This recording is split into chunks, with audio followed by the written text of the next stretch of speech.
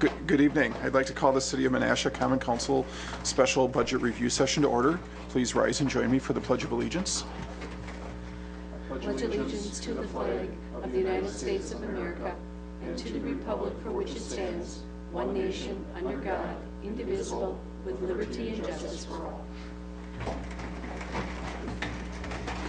Could we have roll call, please? Alderman Taylor, Alderman Kraut-Kramer, Alderman Keehan, Alderman Zielinski, Alderman Spencer, Alderman Benner has been excused, and Alderman Nichols will be here shortly. The first item on the agenda this evening is people from the gallery to be heard on matters pertaining to the agenda. Is there anyone who wishes to be heard this evening?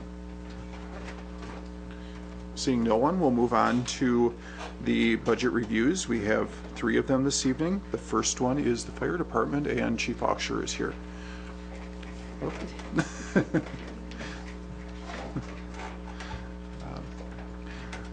Chief, would you like to start out with just a general description of your budget, and then we can open it up for questions? Yeah. I think it's a little bit different than most. We go through a lot of different narratives in here that somewhat explain what we've done through the year, expect to do in the future, objectives we have and everything. And we usually, most people find it a little helpful to go through that and be able to read some of the things that are happening. Then we do outline, this has been a common practice for us for many, many years, changes in the budget. I mean, we don't actually go over changes of $10, $50 or something. It's something, if it's a little bit more significant, we try to give an explanation of where it comes from, whether it's an increase or decrease, things like that. And it's just something common that we've done for a long time. I know that there are some things in here, and I don't know if I don't want to go over each one right now. It's just, if you have any questions, there are some significant increases in some areas, like it was, oh gee, where am I now? The license renewal and things like that. License renewal was a huge percentage, but the $9,400 we have to do once every 2 years to recertify our first responders. So that was a little bit of an increase. It shows up like at 1,000% increase or something like that, but it's pretty, I think it was just about 0 before. I can go to that page. But things like that, just so you can understand a little bit. I do want to make one change to the budget that Mayor Merkus had mentioned, and I looked into it, and we're changing the way we operate this year and the way we'll operate in the future. We talked on page 46, if you go to the budget line number 225, it's commercial dumpsters.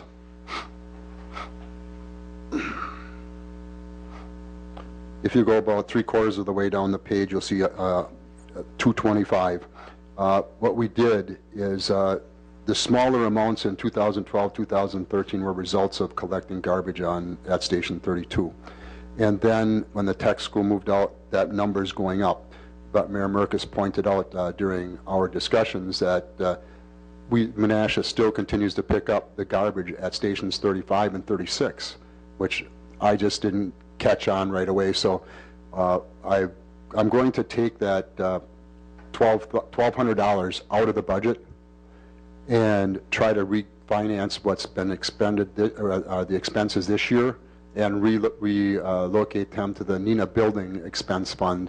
That's 100% Nina's responsibility, because Menasha continues to pick up our garbage at our stations, and we have to use dumpsters, commercial dumpsters. The City of Nina does not pick up commercial entities, and they consider us a commercial entity, so I'll have to take that out of the Nina Buildings Fund and try to get our budget this year squared away so the City of Menasha doesn't contribute to that this year, nor next year is what it amounts to. So that $1,200, the total amount will be eliminated from the budget, and we'll take care of that in our maintenance of building funds for the City of Nina. Alderman Zielinski. I just have a question.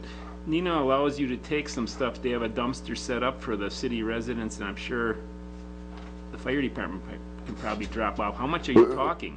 We are going to look into that. I think the big thing like even Station 31, I'm going to talk. I had the budget workshop for Nina Monday night, and we talked about me getting contact in public with Public Works, or even this small amount of garbage that's at Station 31, being able to maybe eliminate that dumpster due to the fact that the site for dump is so close. It's only a block and a half away, so it wouldn't be anything for us to maybe eliminate that expense for the city of Neenah also. But I do want to make sure that I do take that off the operating budget so that the city of Neenah doesn't have to pay any portion of that. And we'll make that adjustment for this year, and we'll take it out of the budget for next year. Going on from there, the overall budget through all the entities that are involved, special operations, joint finance, the dive rescue, and the general operating budget, an overall increase of 8%, but it shows up, it reflects a higher increase for, if you go back to page you go back to page 45 in the Menasha portion where Peggy and the finance department has accounted for the dollars. There's a significant, I don't know if it's significant, but there's a larger increase there due to the fact that formula changed. The formula for the city of Menasha went up over 0.5% as far as their contribution, and Neenah's went down 0.5%, the same amount. So I just wanted to make you aware that portion of the budget for Menasha did go up a little bit more than as the city of Neenah's went down a little bit. So going from there, I don't want to take up too much time. If you have questions, that's what we submit for a typical budget in Neenah, and the budget right here matches what we submit in Neenah. So I entertain any questions you have regarding Neenah Menasha Fire Rescue's budget. So Chief, last year we had the opposite happen with the percentages, so we're probably more or less back to where we were 2 years ago. That's correct. Right now, the city of Menasha is at 0.3999, which is, we've always used the 40% as a sort of a whenever you discuss it and casually, it's always been around 40%, and 40% is where it's at right now, pretty much 40-60. And that's the way it's been over the years of the operations and the figuring of the formulas. I don't think it's differed by more than 1% totally in either direction of 39.5 or 60 or 60.5. I think it's pretty much stayed within that for the whole time as far as the formula goes for the two cities. Alderman Zielinski? Thank you. Overtime and wages, overtime's going up 17.919%. Yes. What has this been doing over the last 5 years? There's a lot of things that have been happening over the last couple years, and one of them is workman's comp and FMLA experience, along with fires, emergency operations. A lot of things have contributed to the fact that the overtime budget is increasing. And this year, the fact that we're going to be over around, I would guess, $35,000-$40,000 is attributed to largely workman's comp concerns. We've had a number of workman's comp claims this year that people have been off for, a number of FMLA-related instances that people are currently off for. Like at this current time, we have 3 people on FMLA. And in December, there's another 2 going out. So it's just one of those things that I can't explain totally, other than the fact that a lot of guys, preventive medicine nowadays really gives these guys an opportunity to correct knees and shoulders and things that are really nagging injuries. I think they have the ability to do a lot more corrections than they ever used to in the past as medical advances are made with MRIs and all the other things. A lot of guys end up with different concerns, health issues, like I said, shoulders, knees, physical issues that they have, and that's increased dynamically over the last couple of years especially. Can we change staffing level in any of the trucks or anything like that?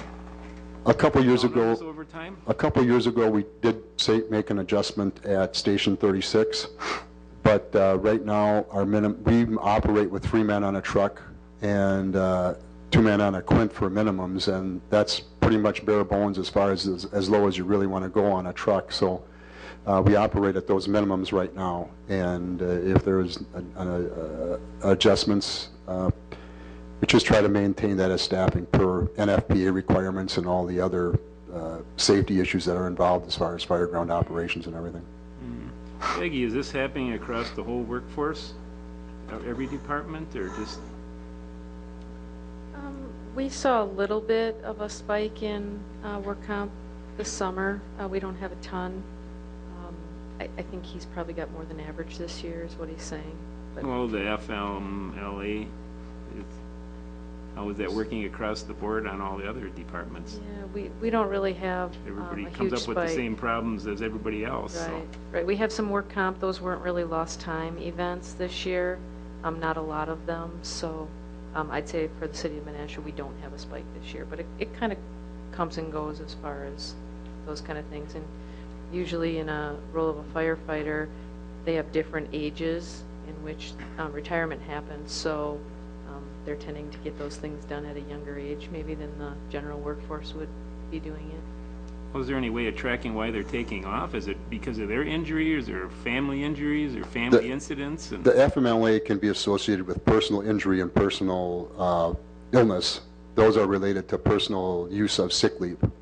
FMLA is just a way of monitoring it, so you can't use it extensively and how it applies to different, it really applies to more non-union related issues. In union related issues where you're allowed to accrue hours of sick leave, there's a little bit of difference there because people are allowed to accrue more hours of sick leave than normal, and for a lot of different reasons as far as negotiations have gone through the years. so what kind of wellness program does the fire department have? We have a wellness program where we actually right now we're in the first stages of our wellness program where we're doing blood draws for a physical assessment, and then in January we start the general physicals for respirator use and all the other things, and we go on from there. And the guys are given physicals and to give them a good idea of where they're at. A lot of times, when you do work out, you stay active, you injure yourself a lot more, and that's one of the things that has happened to us in the past in a couple instances where someone working out or something it's caused an issue. Is that work related or is that on Most its own? most of the ones this year have not been work related. It's usually a compound. It's usually a thing that's developed over the years, but sometimes aggravated by working out wherever you are. And the ones that we have right now are FMLA issues, personal sick leave issues that have had personal. So how do we get a handle on this? I hope it doesn't spiral out of control, or because as you work other people more, there's going to be more incidents and. Right. I don't have a real good answer for that. I just do not. Okay, thank you. Thank you, Mayor. Chief, workman's comp injuries to our employees are very troubling, and it's something, we should prevent at the highest level. And I know the company I work for, anytime there's someone injured, there's an investigation. And I don't know, Peggy, do we have an investigation committee that looks into why a person was injured? We don't do that internally, but CIVMIC is our liability provider, and they do a very, very thorough investigation, and Okay. I believe their Nina's as well. And I was wondering if we have what we call a work hardening program, where when individuals are hurt, they're under doctor's care and they're back end, and they got a specific timeline on how their prognosis and their recommendation of therapy is. We continually ask our people to submit any doctor's reviews for continued monitoring for their condition, and they do that on after every doctor's visit. We require them to submit documentation on what their status is, what their doctor thinks is going on, if they have limitations, if it's a workman's comp claim and they can do light duty work, like during the day, we have the guys will come in and they'll do inspections 9 hours out of the day and fill in for where the inspector normally would. They'll come in and do the inspections so that person can fill in the firefighter role that we're missing. And we rotate people in there that are on workman's comp that are allowed to work a light duty but have restrictions on lifting weights, on the weights they can lift and their mobility. If they have to get a doctor's clearance, and once they're cleared for light duty, they come and work light duty. They don't stay on, they no longer stay on workman's comp. We don't let people, we don't allow people to stay home if they're capable of coming to work. The light duty could be anything from shuffling some papers to, the company doesn't allow that. They feel you get better if you're back in a work environment, and they feel it's their responsibility to have that person at work. So that's what's going out there in the public. The overtime is alarming, and I don't know if it's just your department or if it's citywide. I guess we'll have to look into that. And we used to have up here, every packet, we would have a list of departments and how many employees are off, and I think we should go back to that. I think the body up here should know when people are off, and I know we have our HIPAA laws, and we don't have to know specifics, but if somebody's off on FMLA, it should say that. If somebody's off on workman's comp, it should say that. And I think the body up here needs to have that type of list. If you look at the last memo that we sent out, Tara does a great job at helping keep track of that. If you look at the last memo we just sent out, I think she sent it out today, so you may not have seen it. There is somewhat a report on there of what's been happening, and it's not that extensive that we have individual names down or what it was, but I mean, if that's what someone would like, I mean, we can definitely keep track of that and put that in that memo as far as that goes. As far as any conditions that are existing, we would not do that. Well, I said that. I said, you have the HIPAA laws that you have to abide by, Right. so I'm not asking to disclose anything that we would not want to disclose.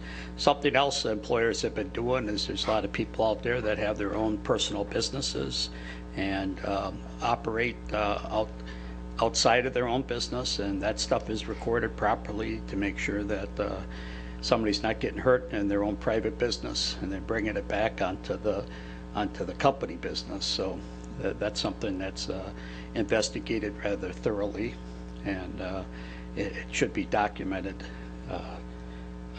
in that manner. And also, I don't know how we report injuries and how much of a worksheet that's filled out immediately. You can't, where I work, you can't fill it out the next day or 2 days later or a week later. If you were injured, it has to be reported, has to be documented, and then there has to be an investigation done. So overtime's very expensive. Injuries to our city employees is not a good thing, and I don't think any of us want to see. Our number one responsibility is to provide a safe work environment, and with this amount of overtime, it seems like we have some issues, and maybe we'll have to look at that. We do maintain rigid report requirements. It's a very detailed report. Those reports go to HR and in turn move on to CIVMIC, and CIVMIC does do a very good job of investigating those at this time, and I look to them to maintain their services. That's what we pay for, and they do a thorough job of investigating those injuries, and we do definitely fill out, it's a lengthy report that we have filled out immediately if possible. If there's something that's extenuating to prevent them from filling it out, we get it as soon as we can. And you were saying there's people being injured with weight training and things, and I don't know if each individual is through one of our healthcare providers, if they have a regiment that, or if we're lifting too many weights or too many repetitions or something. But if we're being injured in a weightlifting capacity, I think that should be almost personalized for each individual. And so if if that's what's happening, I think we need to address that issue too. The one thing that everyone in the communities expects of their firefighters is for them to be physically fit and able to do the job. To try to make sure that's done on a personal level is sometimes challenging, but if we allow them to work out in the evenings, that's usually after the normal hours they work out, and try to maintain a good physical stature to do their jobs. And that's where some of this, sometimes, not a tremendous amount, but sometimes it does happen where an injury does occur. But I would expect that the citizens really expect their firefighters and the police to maintain a certain physical ability and aptitude as far as that goes to do their job. Absolutely, and that's also where our professional policemen, firemen, and we have professional healthcare providers, and maybe if we're having a problem with that weight training and we're getting people that are being injured, we maybe need to have a professional come in and set up a different program and look at that. If our employees are being injured doing that, we need to make an adjustment to that. That's our number one responsibility as an employer. Thank you. Thank you, Mr. Mayor. Are there physical fitness requirements for new employee candidates? Is that part of the... We give them agility tests. They are required to, they're required to do what's called a CPAT test. It tests all their abilities to function with pulling ceilings, chopping, crawling through, using an SCBA. There's a lot of things that test measures. We require them to do swim tests, air climbs, lifting tests when they come in to be hired. There's a lot of things that we do to evaluate an individual before offering them a position, even on the department. Okay. Is there any requirement that they maintain a certain level of fitness? There is no specific level attached to each individual, no. Okay. My experience with injuries due to working out is they're mainly due to poor technique. Do they have any trainers available or coaching available that would help them? We actually have guys that work at the Y as physical trainers, and they bring those skills to the department. I can't guarantee that something won't happen, but there's guys that do work for the Y as physical trainers, and guys rely on them pretty heavy to try to do things properly, and we have someone available for that. In the budget, the replacement of the truck this year, where is that reflected in the budget numbers? It's reflected in the CIP portion of the budget. If you go to page, and I know that Peggy's distributed some the CIP for 2016. If you go to page 50, excuse me, I've got some sinus problems right now. Really, page 49 and 50. Okay. If you look on page 49, close to the bottom of the page, the last figures that are listed, you'll see $407,000. That is the new pumper. And in the last two columns, it shows Menasha's share and Nina's share according to the formula. Okay, thank you. Alderman Zielinski? Thank you. The burn training building, what's the status then? The building that's still in use, we still use it on a regular basis. It's been turned over to us. There are some, we did get a safety report on the building before the tech school turned it over to us, and there are some changes and some work that needs to be done to maintain the building and to maintain it for use in the burn rooms, burn room panels. The tech school, I think, they knew they were leaving, and so some of the things that are involved that are costly are burn panels that we can actually start fires in the room using whatever means. We actually use different furniture setups and sometimes pallets or seltzer or something to smoke up the building. The building is big enough for us to start a fire in the burn room, allow it to smoke the building up, and we can do search and rescue evolutions. Like I said, search and rescue are the big ones. We'll use a thermal imaging camera, go in, and be able to fill that building with smoke and do training evolutions in there under very, very similar conditions to an actual fire. But the burn room panels, to keep that fire contained in a specific room, they're one of the things that we're in need of right now in the tech school. Not that they did anything wrong, but they've just used them for a long time and they're in need of some replacement. So those are like $500 a panel. And there are some conditions of stairs, railings on stairs that are, the welds are breaking and some things like that. There's some conditions on the roof where we do high angle rescue evolutions for high elevated rescue. Our anchor points do not meet the requirements of NFPA right now, and we have to change those anchor points, the structural entities that hold them along with the anchor points themselves. There's some things we need to do to provide a safer building to meet the requirements that are set up for that type of structure. What does the tech school provide then? If this was turned over to you, they must have compensated for that. As far as providing one for training and stuff. The tech school doesn't have any training for burn rooms, or? out at their new facility? Yeah. Yes, but that's, as I've explained before in the committee, it's extremely difficult to get the required engine companies to all go out to the tech school that's probably 12 miles away and have evolutions done out there and vacate our stations where we'd want to continue to maintain a response. This way, we're at least, we can rotate engine crews in the cities and do our training at our own training grounds. We have the facilities to do that now. It would eliminate, if we wanted to do training out at the other building and had to maintain staffing at levels that are appropriate, it avoids us having what would potentially be overtime. So we're looking at trying to maintain the training grounds so that we can adequately do the training that's necessary for all firefighting evolutions. So nobody does any training on their own time then? They have to be compensated for it? If there's off time, yes. But usually we can get that training done on duty as long as we have it close. And this is as close as we can get it. It's right in our backyard.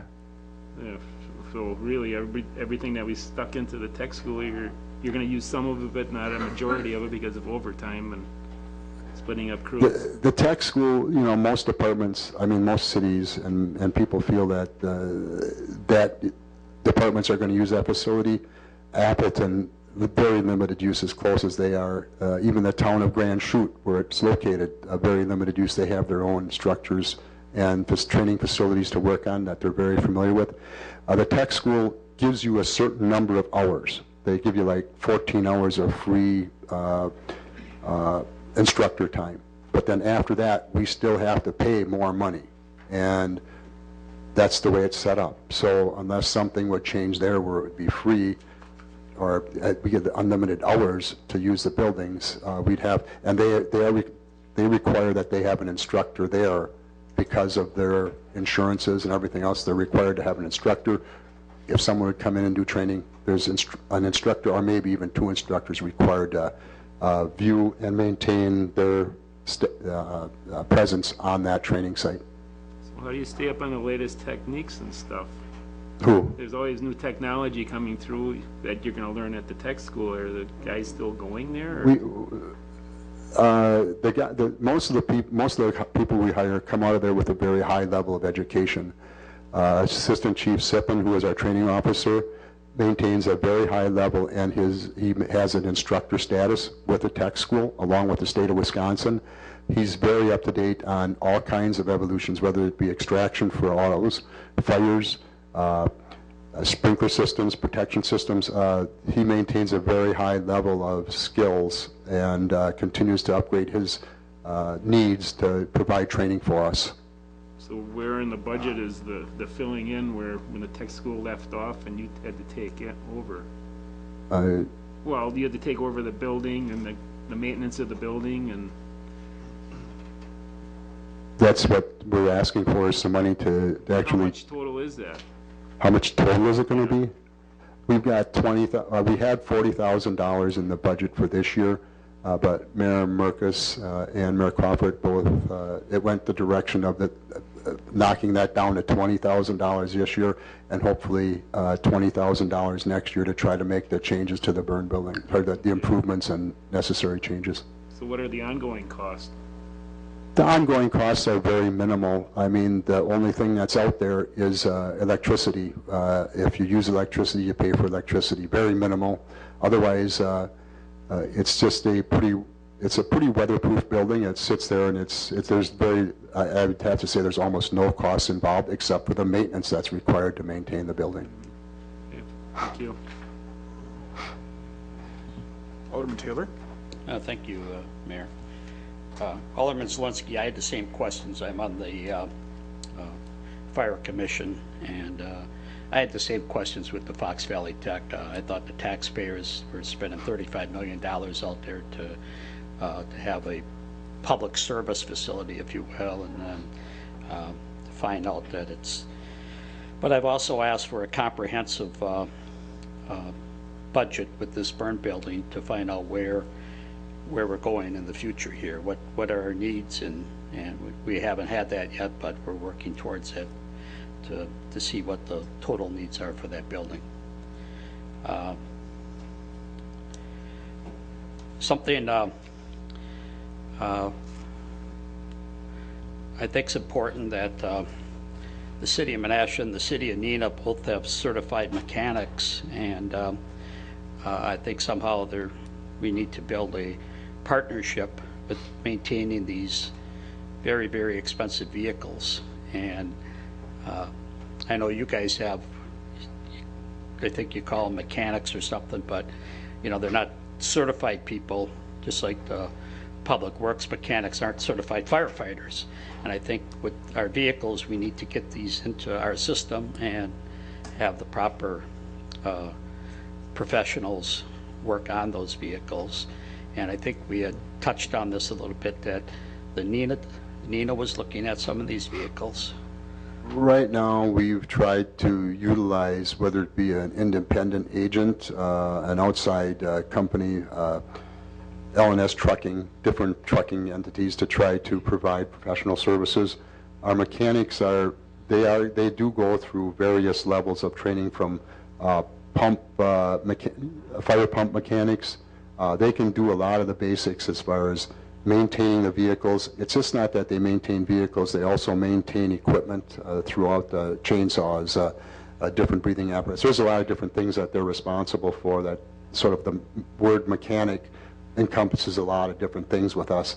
But they do routine maintenance on the vehicles and try to make sure that the annual stuff, quarterly, semi-annual stuff, things are done on a regular basis versus having to send them off to a certified shop. Now, the larger stuff that we don't have the facilities to do, as far as suspensions or brakes or things like that, we don't have the equipment to do all that, to lift the trucks and things. So there is a limited amount that the mechanics can do at this time, but they still provide services, and they maintain the facilities as far as HVAC equipment, a lot of those things. They also do that maintenance for us also. Okay. Who does the basics, like oil changes? Our mechanics do the oil changes. Okay. But I think we have an opportunity here, that we have professional certified truck mechanics in both cities, and I think because of the tremendous cost of this equipment, I think maybe it should be put into their hands, and I'm not sure how that would work, but I think it's something that both cities should investigate because of our investment in these vehicles. On page 44, you have a personal protective equipment increase $5,000 to purchase 4 sets of ballistic PPE.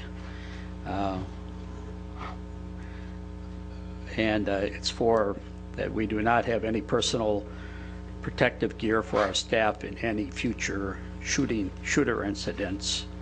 And How do we train for that? I don't think our firefighters should be put into a situation where there's an active shooter. I think until the situation's secured.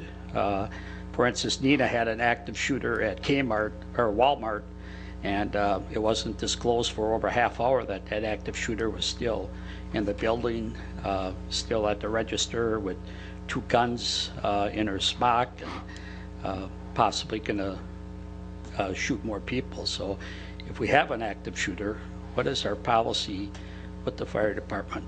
Right now, our policy is to try to have the police be able to escort us to a safe scene. But the different parameters that are involved are being developed for active shooters are to try to get emergency medical care to those individuals. Our firefighters are those individuals. And when we had the Trestle Trail Bridge, they felt very uncomfortable, but were willing to, took the reassurance of the police department that they had the scene under control, but yet the police were wearing vests and protective gear, and our firefighters were exposed to if there was someone else that was there. They thought they had the scene secure, but in that case, the police were still protected, and the thought process is to have those people protected. And we look at protecting the, we'd have those vests on the command car. The command car would be responding to all those incidents, and those vests would be immediately available for the emergency medical services that the firefighters provide. And the police look really, they look forward to getting that assistance, because it's, as you could probably guess, on a Trestle Trail it was pretty hectic, and we just want to make sure our firefighters that are responding to that area are protected. Well, the situation there is that the shooter was already dead when we got there. In the case in Nina at Walmart, we had an active shooter with 2 weapons that nobody even knew who she was for the first 20 minutes to a half hour.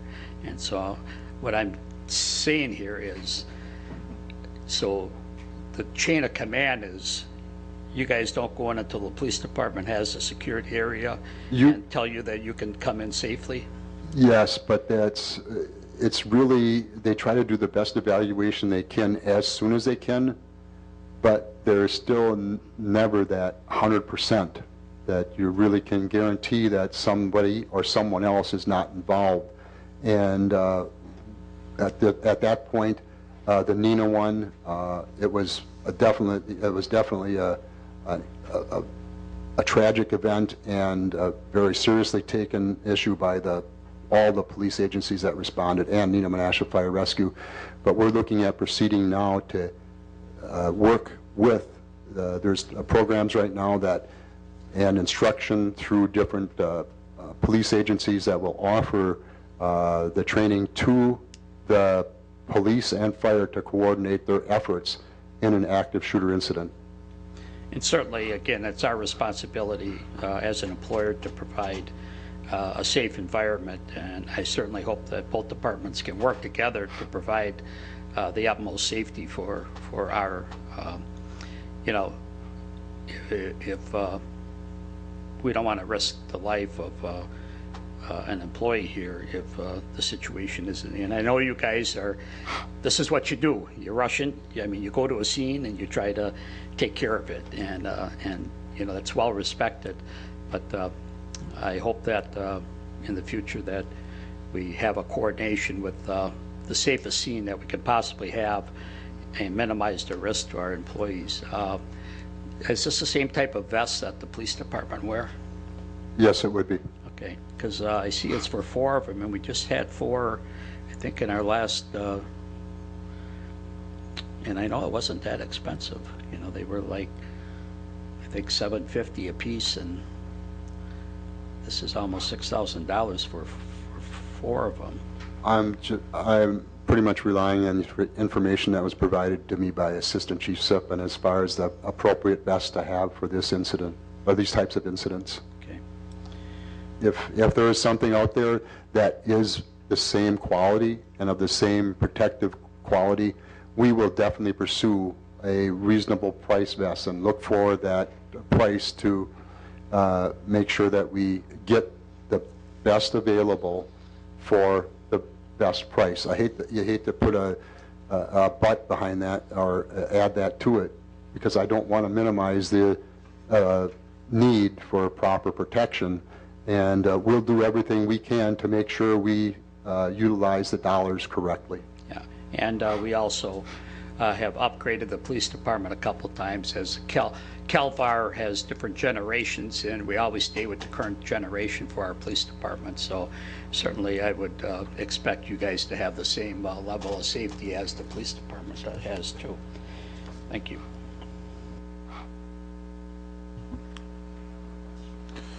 Are there other questions for the fire department?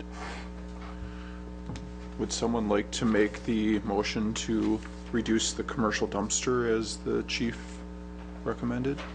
I think that sounds right up your alley, Dan. Oh, well, it's a reduction, so I thought that's why it would be right up your alley. So it's $480. I'll make the motion to reduce that according to the chief, what he can do with it as far as going forward. I don't know what Nina's gonna bring back to him on that. Right. So you just want to reduce it 480? Is the Menasha share. Okay, reduce Menasha shares 480. So there's a motion and a second to reduce line 225 commercial dumpster, the Menasha share of $480. Is there any discussion? Alderman Taylor?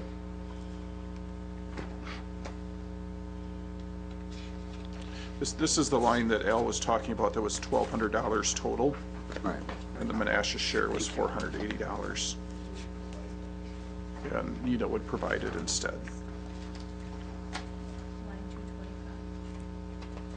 It's on, Dumpster, yeah. yeah, page 46.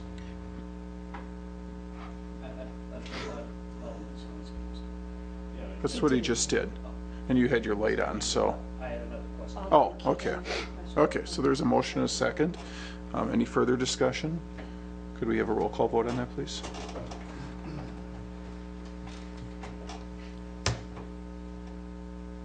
Motion carried on roll call 6-0. Alderman Taylor? Something the chief and I talked about some months ago last summer, and it was the safety of our employees, and there was an incident that we all see in the newspaper, and there's city councils that have taken action with this, and I think it's a safety issue that probably both councils will have to look at, and that's doing the fundraiser with the boot out in the street. And there was a terrible incident in Michigan where a firefighter was killed intentionally by a motorist with the when they were raising money with the boots out in the traffic lanes. And I think it's something that, talking about safety here and looking at the department, and as leaders of the community, always first and foremost is providing a safe work environment. So I think that's something, that policy we should look at. That's see something other countries. that should probably be brought up either in joint finance. I or the know, but fire I'm just commission. talking here as if we're talking at this point with safety issues and things, and the sooner you can talk about it, the sooner I think we can say something about it, the better, because about the time you don't say anything, something else happens. So it's a situation that we need to look at as far as for safety for our employees. And I had one other thing here.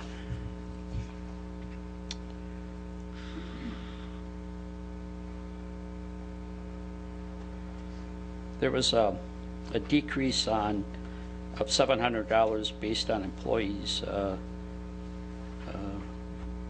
due for recognition awards. What is the total amount? I see a decrease of $700, and what does that include? The city of Neenah, as they see, and I think Menasha has, I don't know for sure about employee recognition, but has a program for rewarding individuals that have had 25, 30, 35, 40 years of service. Okay. And they use that money for that. Okay, thank you.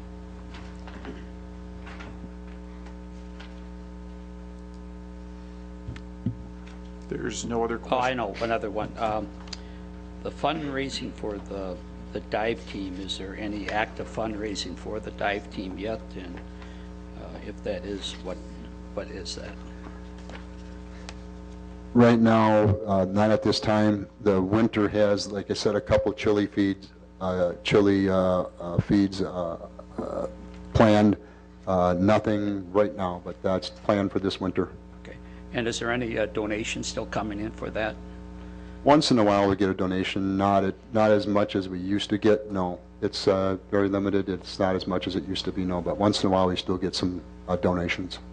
Okay. And we certainly appreciate everything that Menasha and Neenah Fire Department does, and in a professional manner. Thank you. If there's no other questions, we can move on to the Public Works Department, now that Mark left. Thanks, I know he everyone. was just there. Good luck the rest of the evening. Good luck, Mark. Thanks, Al.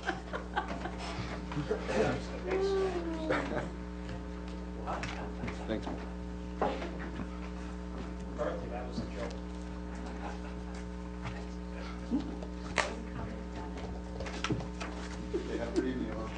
Bye, Al.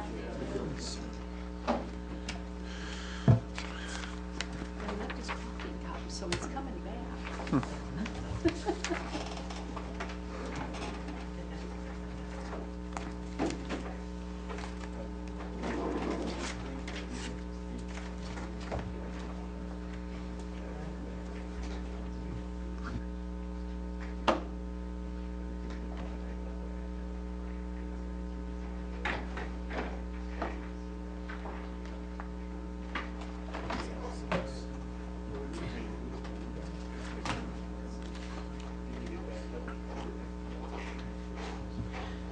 Adam, I thanked Mark earlier, but thanks for getting that crosswalk on Washington Street fixed.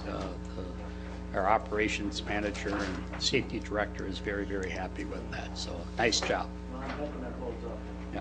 Well, we appreciate the effort, and it'll help 300 people a day get to work safe.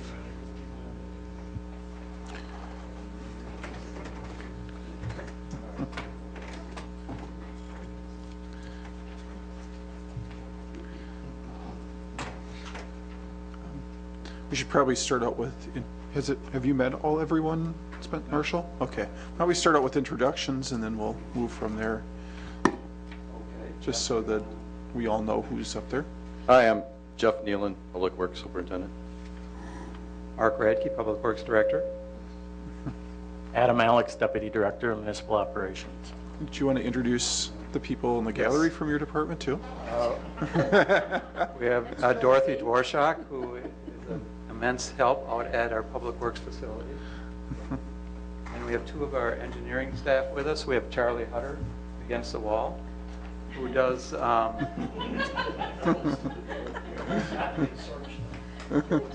Charlie does a lot of our drafting. He's in charge of our stormwater billing data system for billing. And then Tim Montour is our engineering supervisor, so he supervises the rest of the engineering staff, has done a number of things throughout his career with the city, from GIS to inspection to project control, and he's a great help to me. And Chris Klein. Not affiliated. Dan?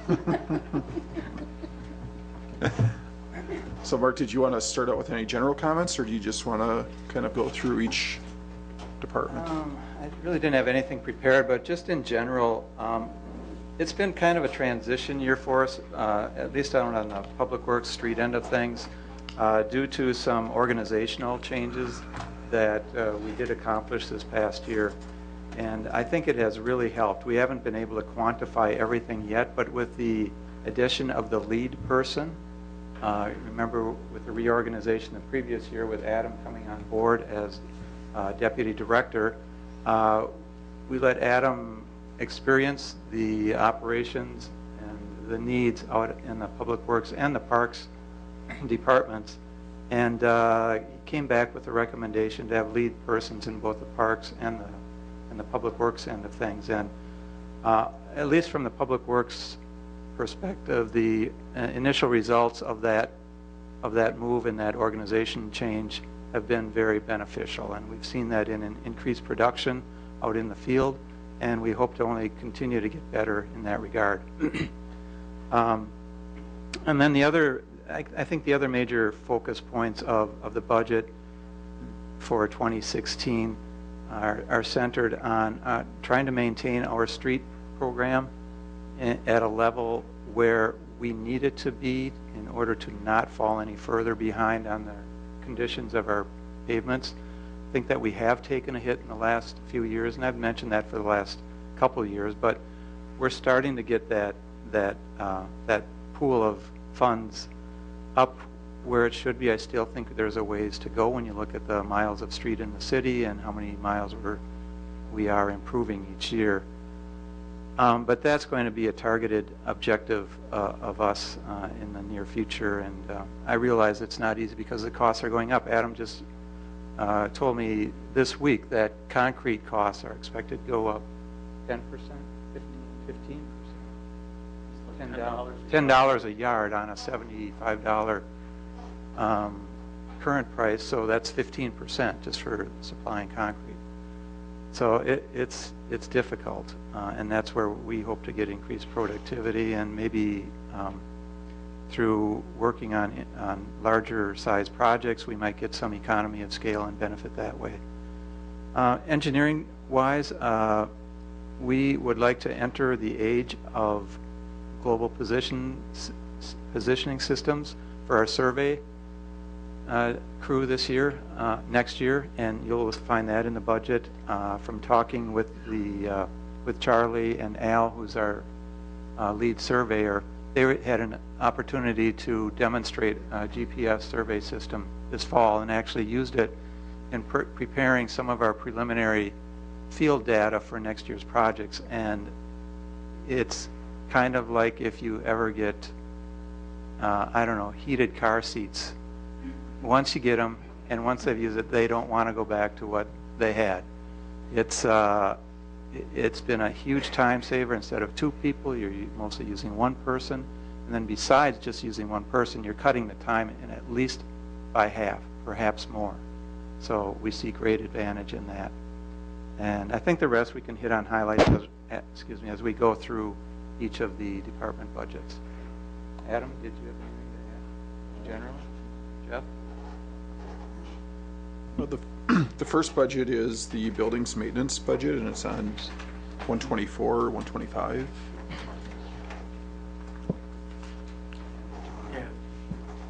Just to touch base on here in regards to the full-time equivalents, this is the first budget in which we had an opportunity to truly track the hours that our facilities tech person spent in our primary buildings, which would be the library, the police department, the public protection facility, and the parks and the municipal buildings. So based on actual hours, we altered the amount of time in this budget. It increased. The library went from 34% down to 30% of its time. PD went from 23 to 20. Park dropped from 20 to 15, and then the municipal buildings here picked up the difference.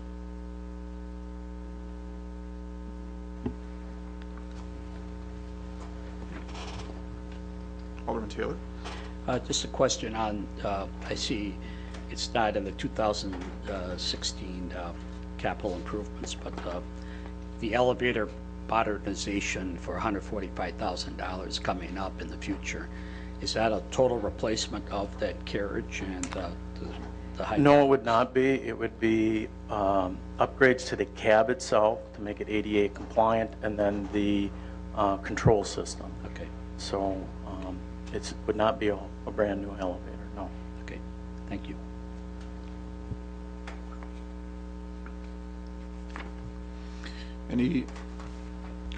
Did you also want to comment in the 470 account that we do have tuck pointing? Yeah, to the we City do have, Hall building? You'll see it a little bit later in the 470 fund. We have $6,000 set aside for some tuck pointing. This sort of come about in, if you were to look on the south side of the building over here, inside, you'll notice that there's some cracking. And a couple of years ago, we had Paul Reeder from Myron Construction stop over, and we took a look at it and got his opinion. And obviously, we had some roof issues leaking, and he also suggested that we shore up some of the joints out in front of the building. We have others upstairs in the penthouse, and if you recall, last year, 2014, we had some asbestos abatement up there so that we could address those issues as well. So with the roof being replaced, and if we get this tuck pointing done, then I think that we'll have the a real weather-tight seal on the building. So any other questions about municipal buildings at this point? Alderman Zelinski? Thank you. Well, obviously, there's been a problem with the voting system up here. I've been trying to fix it for 8 years, but what are we doing with it? It hasn't been working my way, so I can take that one, Adam, since I'm the one who keeps saying that we don't need to do that at this moment. I think we have higher priorities than changing higher priorities than changing the voting system and the council chambers at this point. We do have a remodel of the entire council chambers kind of on our long-term wish list. But as Mark was saying, streets, we need a generator for this building, an elevator for this building. So I think that lands several years out. So we have not been putting that in the budget yet at this point. Anyone else on municipal buildings? We could go on then to the engineering department, starting on page 127. One thing on buildings. At some point, I hope we can, when you come in on Baldwin Street and you see our facility, I hope the painting on that or something can happen next summer. It's, you know, it's, I think it kind of looks a little drab at this point. And, You're talking the Public Works facility? Yes. We actually did some painting this year with some summer home. Apparently I didn't see it, so that's good, because I thought it needed it. So. And I haven't been out there much at all. Yeah, so we hope to maybe next summer get the rest of it. There should be some additional paint in there. Thanks.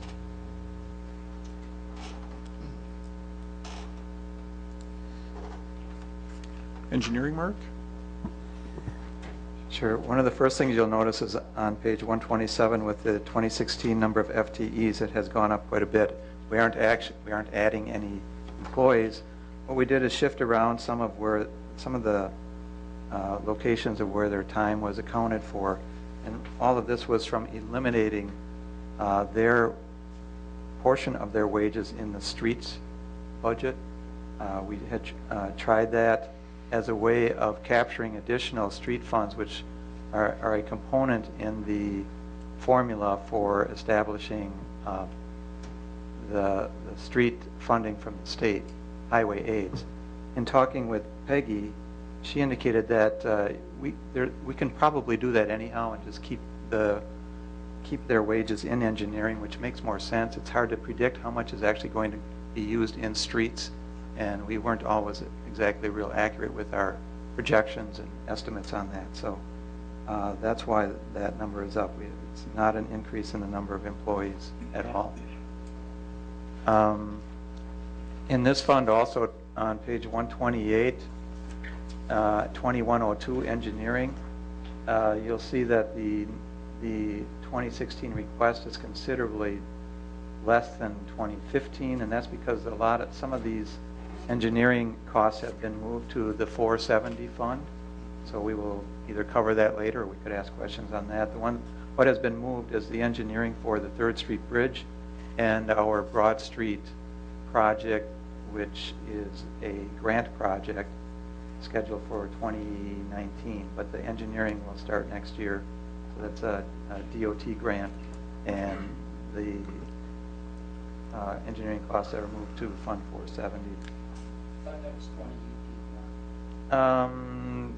It's 2018 or 2019. It's actually 2019 is what the year is now. They're hopeful of it being able to move up to 2018, but at this point we're leaving it at 2019 because we haven't been told that it has been advanced.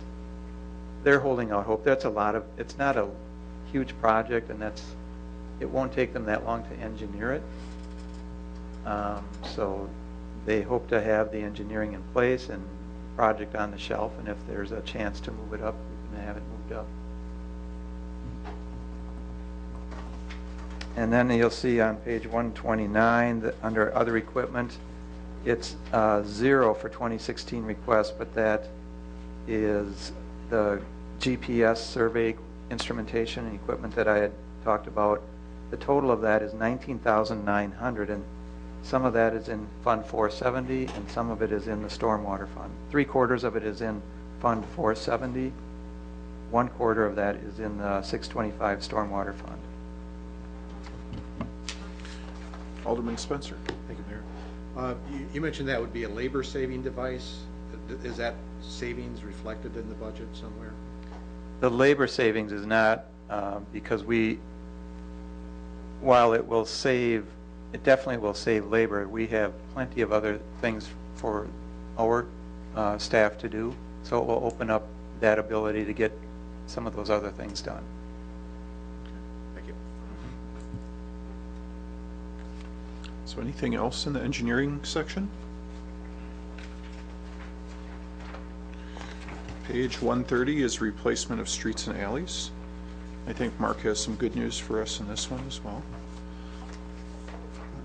Okay, and again, just starting out on page 130, this is where you'll see the FTEs being lowered because we removed some of the engineering aides and clerks' time in there. So that's where you get the balance of that increase on engineering.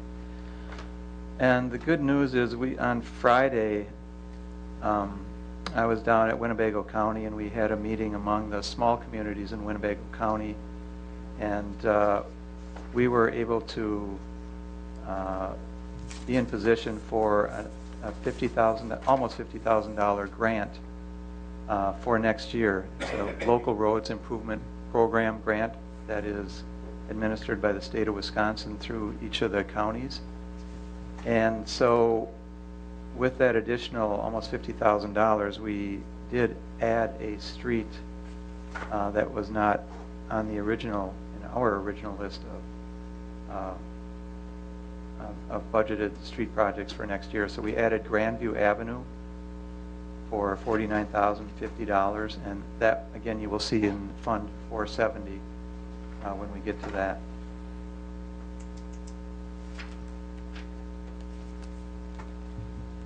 Otherwise, Adam, did you have anything in the streets different? I don't think there was a lot changing otherwise.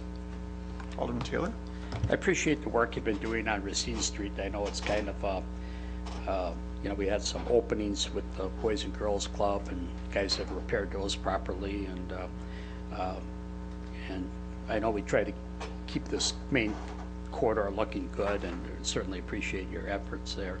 The Washington Street corridor, which is Highway 114 with the state, the expansion joints are starting to show their age pretty bad over there. And is there any type of state funding for something like that that we could apply for? Not really, not for maintenance. We do get state funding for State Trunk Highway 114 and State Trunk Highway 47 every year. It's called Connecting Highway Aids. And what that does is we are expected to maintain those portions of the State Trunk Highway that run through the city. For Highway 47, it starts at 9th Street and ends at 3rd Street, so that would be Appleton Road into Pure Street. For State Trunk Highway 114, it starts up by Heckrod at the curve and continues through the city all the way to the Neenah limits. And I think we're getting around $60,000 in Connecting Highway Aids. Peggy said, oh, right? Yes. Okay. So that $60,000 is intended to cover the city's cost in plowing, sweeping, some of these maintenance items. But there is no program that I'm aware of that would cover, beyond that would cover maintenance. It wouldn't be worth looking into because of that expansion joint issue that they had a problem with, and I mean that's 25 years ago, so I don't think so. And that on Main Street, are we that yes, old that now? was. We are. well, speaking for myself. Yeah, You me know. too. Okay. And Washington Street, they used a different technique that I think was acceptable. It's just showing its age. Okay. Thank you. Alderman Zelensky? Thank you. What about Taco Street around by the tissue mills? Since this is a state highway, what do you do for replacement to that?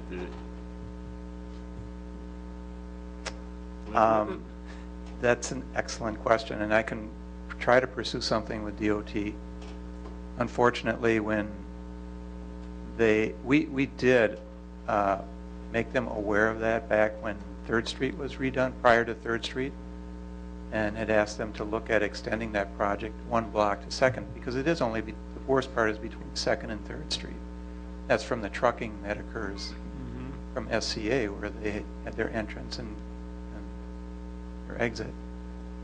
And they admitted that, yeah, they couldn't do anything because it was too late, but it's something that we can pursue and see if there's any funding in the near future for that. Well, what's the state's responsibility on that? They just give you the 60,000 and tell you guys to clean, sweep, and seal, and Yeah, for pound it to maintenance. gravel? For maintenance, but for replacement or major rehabilitation, they have programs. They have their highway program that they look at for connecting highways. That's how 3rd Street was done. Plank Road in the past was resurfaced with all state money. Other than parking lanes, we are responsible for parking lanes. Highway 47 to Pier Street was resurfaced, Pier and Applin Road, not that long ago. And that's what they would do on Taco Street, something similar. So you just send them a picture and say, what do we do with this? I think they're aware of it, but I can at least ask and see, you know, this is getting bad. Where are we? Do you have a date in mind for improvement? Yeah, 'cause I feel sorry for the people that live next door to it. When you have these heavy trucks, it's shaking their house. It's much like Racine Street. Is there any more maintenance we're gonna do on Racine Street, or when is that supposed to be targeted for a replacement? It's targeted for 2020 if we get the STP urban grant that we applied for. We applied last year and we were not the project that was selected for this metropolitan area, but we did score very high. We just weren't top scoring. I'm fairly confident that we will be top score. We'll find out, I would think, fairly soon. It usually, we usually hear about that about this time of year for the next funding cycle, but that's not until 2020. So we'll have some maintenance in the with meantime. all this rebuild of this bridge and the closing of the bridge and the entrances, these streets are just getting pounded. I agree. You notice the traffic change, and what does the state help you anywhere in there just because of the detours and stuff? People are just avoiding that bridge in droves. There's Yeah, but traffic jams in the city that there were never traffic jams before. It's not part of an official detour, so no, they don't help with that. Okay. And is there any money in there for resurfacing any parts of Racine Street like we did last year? There is money in there. It's just for general under 30-18 department supplies. That's 65.5.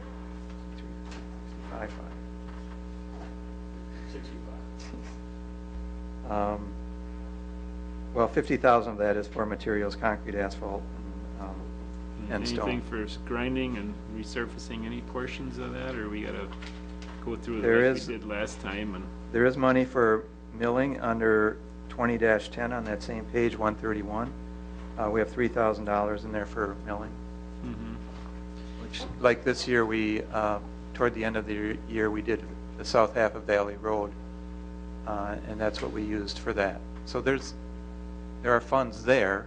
It's not specifically spelled out because we don't know which streets are going to be the highest priority and have the highest need as we go through the year next year. are you upping the budget any for sealing cracks? I think we upped it 1,000.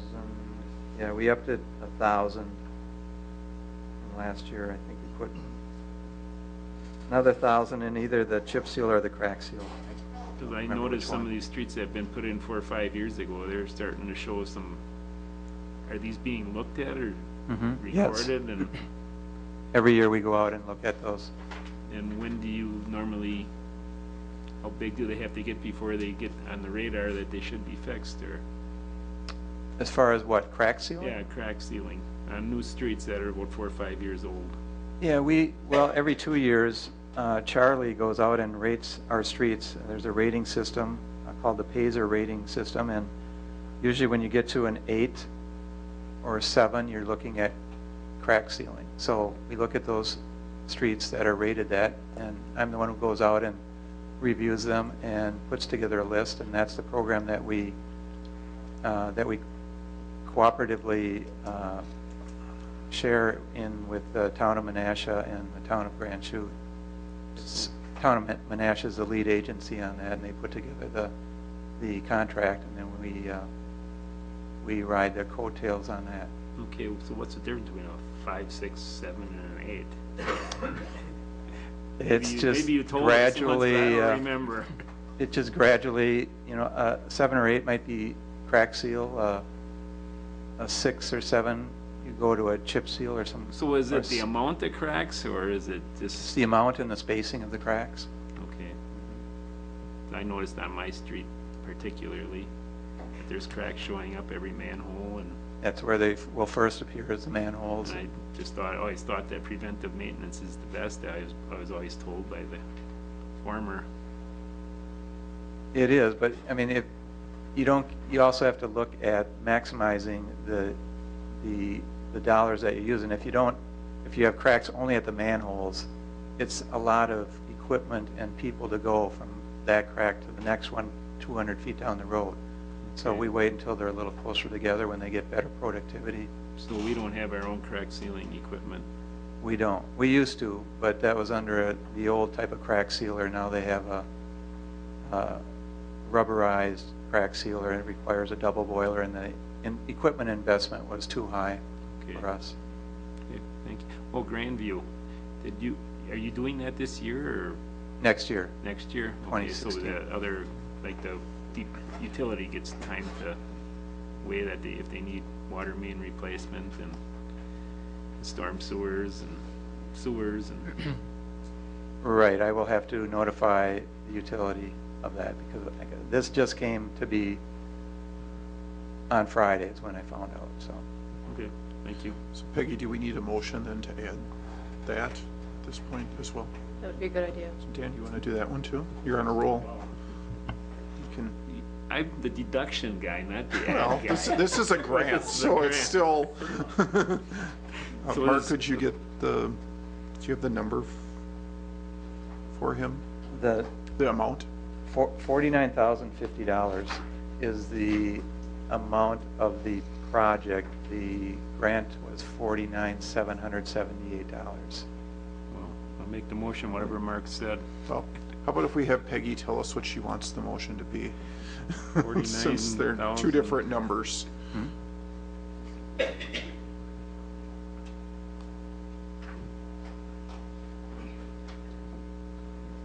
It would be to add the grant to Fund 470, which is our capital improvement fund, and then to add the additional project cost to Fund 470, 1003, 541, 8202. So moved. So there's a motion to add both the grant and the project to the 470 account. Alderman Keehan seconded it.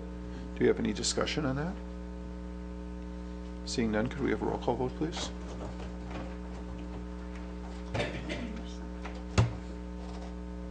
Motion carried on roll call 6-0. I just want to clarify, the grant is not going to be used for Grandview, because the grant can be no more than 50% of the project cost.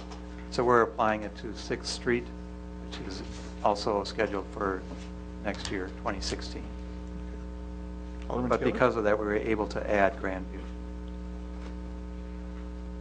Alderman Taylor?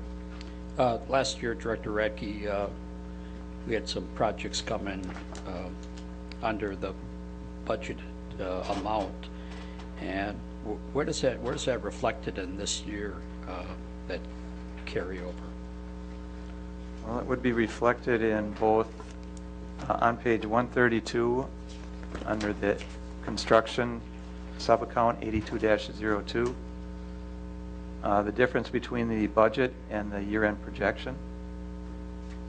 And then also in Fund 470, on page 181 or 183, somewhere in there. What is that? So what was the actual carryover? Well, we're projecting it to be 60,000 in the 100-1003. And It's on page 182. page 182.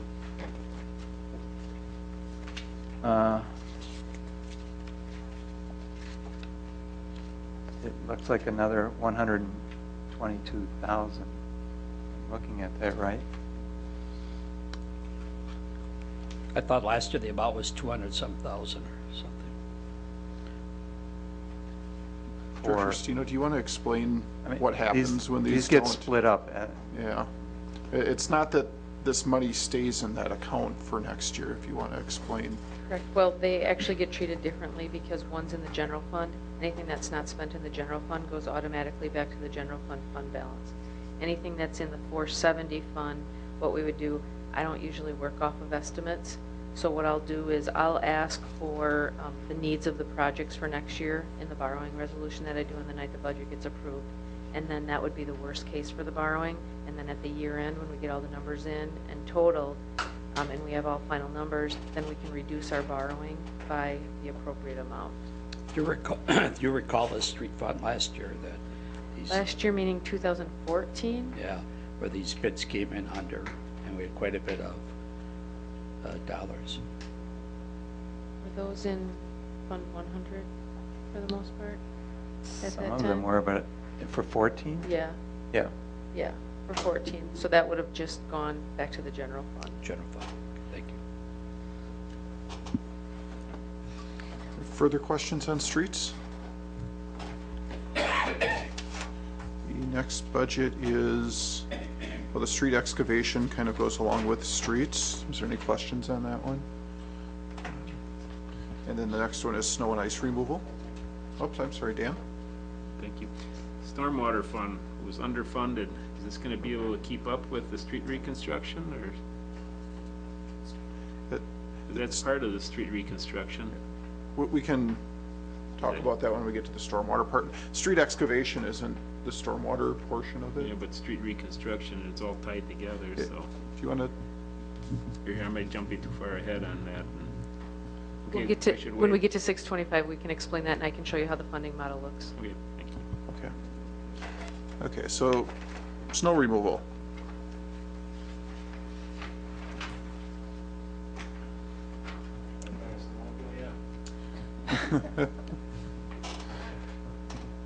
Any Well, our comments? long-term winter outlook, it looks good, knock on wood, but the only change, we reduced the tons of road salt for next year by 50 tons. And the price of the salt went up by 70 cents per ton, so that's not a real bad increase for next year.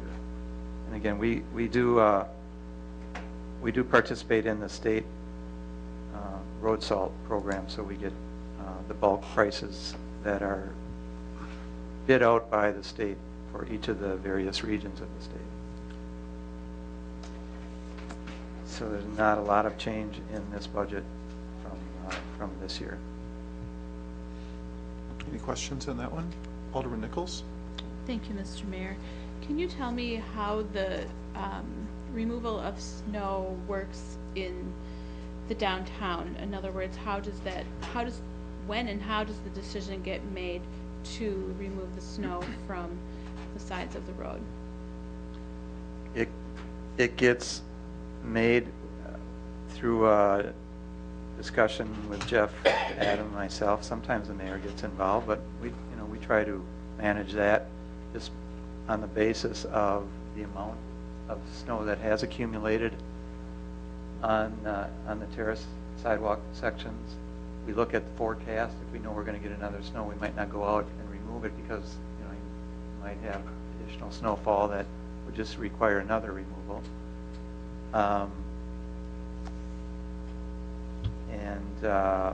Yeah, is there more to your question? I think there probably was that I'm not hitting. No, I think you answered the question. Okay. What triggers? Yes, what triggers the decision to remove that snow? And I'm wondering if we can come up with something that's a little bit more concrete and perhaps a bit more frequent. I visit the downtown on at least a weekly basis pretty regularly, and during the wintertime I do get business owners who will express their concerns about the snow that's on the side of the street. And given that we now have a lot more businesses down there and more people and more cars on the street every day as well, parking, I'm hoping that we can be more frequent in that removal process, especially if there's a large snowfall, you know, like 6 inches or more, that we get out there as soon as we can. And if it's, you know, a couple days between, we just see the snow piling up out there, that it becomes difficult for pedestrians to manage those, the transition from their car to the sidewalk, that we be a bit more proactive in getting the snow removed. Okay, I look at that as a policy decision. I mean, if we, at some point, I would like to bring our snow and ice policy before the Board of Public Works. I mean, some of these things can be debated, because it's a, I think, a very valid concern on your part and perhaps the others. But there is a cost to it, and maybe Adam can, I don't know if you have those costs now, it's roughly what it costs every time we go out to haul snow, but it's a fairly expensive operation. We have tried to do it without overtime. Occasionally we'll have to go over 8 hours, depending on the amount of snow we're trying to haul. But for the most part, in the last couple of years, we've been able to do that operation without the use of overtime. Whereas in past years, we just go until we were finished with a certain area. Now we try to engineer it a little bit better on the front end and go in and take care of it. But if we were to make a change in policy, then we may have to adjust that Fund 625. That snow hauling is one of the stormwater fund accounts, just that portion for hauling snow. So 625 1006. So you'll get an idea of what we think it's going to cost when we get to that portion. Okay. For next year. What I'm hearing is that there is a policy then, but that it may need some updating. There's a policy on when we go out to plow, how we plow, the different classifications of streets, the different levels of service for those different street classifications, where we haul, the streets that we haul from typically, and there are different levels for hauling. Downtown area is a higher priority for hauling, as is maybe around the schools. Yes, that's part of the snow and ice policy for the city. Okay. I'm familiar with there's that not policy. There's not a quantitative amount of snow that triggers us to go out and haul, but it does provide us the different priorities for hauling. Okay. And where we haul. Okay, I'm familiar with that policy. I guess I would rephrase my request then.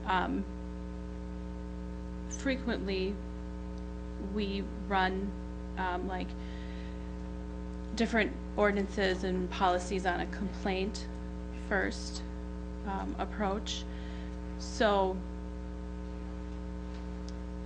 in an effort for the city to work cooperatively with the downtown businesses, perhaps instead of waiting to hear that complaint, we could be more proactive. And I guess, sometimes there'll be a 3-inch snowfall, and then there's 2-inch, and another 4-inch, and then the snow starts to pile up. And it's not that 6-inch snowstorm, because that one usually gets taken care of, but it's when the repeated smaller amounts come and then the snow starts to pile up, and I think that's when the frustration starts to set in. So, does that help explain it? It does. Okay. I would just like some validation from the council on that. I appreciate what you're saying, Okay. but there is an attached cost to that probable additional frequency.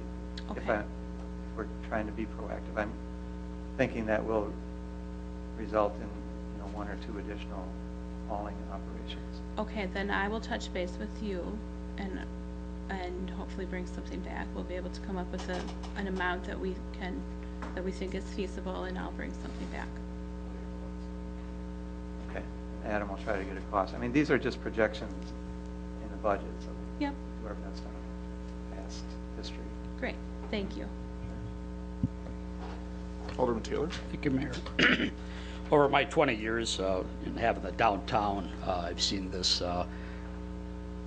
surface many times, and there's been different formulas to work this out. I was told that it's $8,600 for our crews to go out there for a whole evening, 8 hours, remove all that snow in the downtown, and the frequency is, as it was stated, as it piles up, or if there's a snow event coming, they adjust to that. There was a push some years back to have the frequency updated, and then there was a formula by Superintendent Jacobson, I think, to start charging by the foot. If they want it cleaned every time, then the businesses would have to contribute to that. Also, other businesses more responsibly, they'll shovel a little opening between each of the stalls that that customers get out and can enter instead of climbing a snowbank. But it all comes down to dollars. And as our downtown fills up now, and maybe it's a bid district is created, or some sort of an additional charge per foot.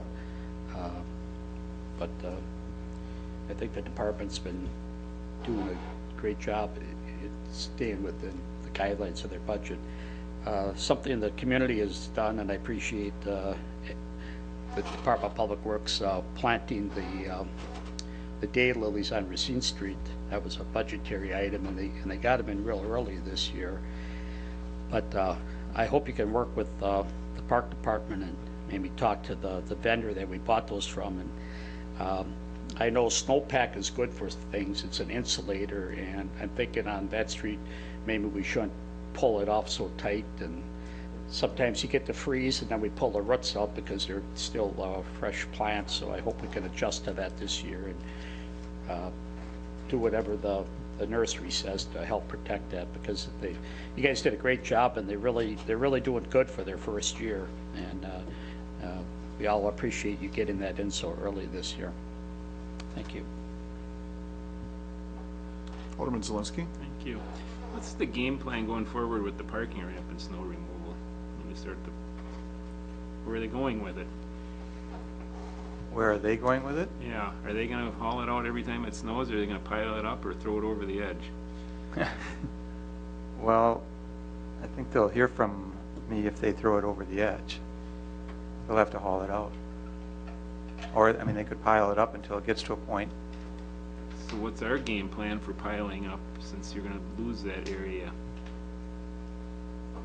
We will pile up, and we'll probably have to haul out more often, because I imagine that those parking lots are going to be yeah, in higher demand stalls, so. So that's figured in the budget right now, or are you talking about more removal there, or more?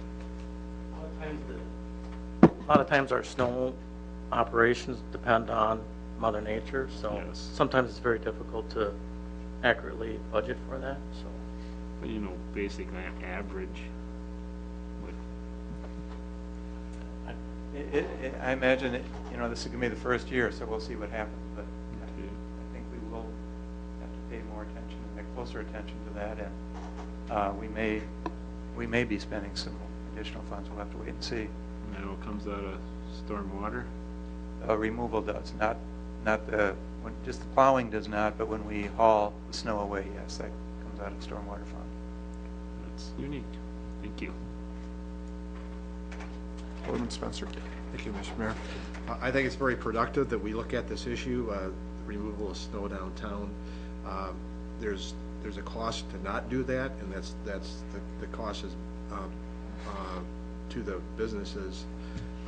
I get down into Oshkosh quite a bit in the wintertime, and to Menasha's credit, Menasha does an excellent job of snow removal as compared with Oshkosh and even Appleton, in my opinion. If you travel through Oshkosh and you see the snowbanks piled up along the businesses, nobody's going in those businesses. So it's again, I think it's a productive conversation to look at this and maybe quantify a little bit better, you know, what we do in terms of snow removal going forward. Okay, thank you. I mean, if there's consensus tonight from the council, we can put more effort toward that. I just don't know if you have the numbers. If you'd like to bring make something that back. decision, but yeah. Yeah, the last night with the CIP, we hopefully will have all the department heads here, and we can make those types of adjustments that night then too. So if you That's want to, next Wednesday? is it Wednesday or Thursday? Wednesday. Wednesday. Okay, then we could bring those at that point. Yeah, okay. Alderman Taylor?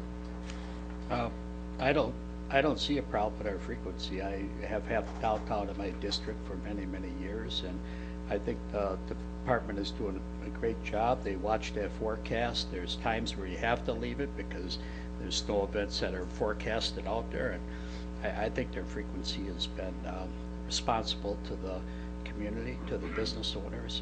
We always get complaints, no matter if the snow's there for a period of time or snowbank, but Menasha is very proactive with our downtown and with that. And if, again, we can up that frequency, but I think it should be put on the backs of the people that want it, and it should come at per foot then to remove that snow at a greater frequency. I'd like the snow to be removed in front of my house too, you know. So, but I haven't heard the issue. I haven't had a complaint in the last year here, and we all dealt with the polar vortex the last 2 years, and it's we got through it. So I don't like to increase the budget, but my question is the A Street. We have a new sidewalk on A Street behind high school. And are we going to be, I know we remove snow there for the high school kids on the terraces. And how are we going to remove the snow that they planted 19 trees on the terrace there? Are we going to remove that terrace snow there? And If we remove snow, we'll just take it back to the curb edge, and then we'll leave it up to Dave Elliott and the school district to make sure that those that park there have areas or places to, cut through and get onto the walk.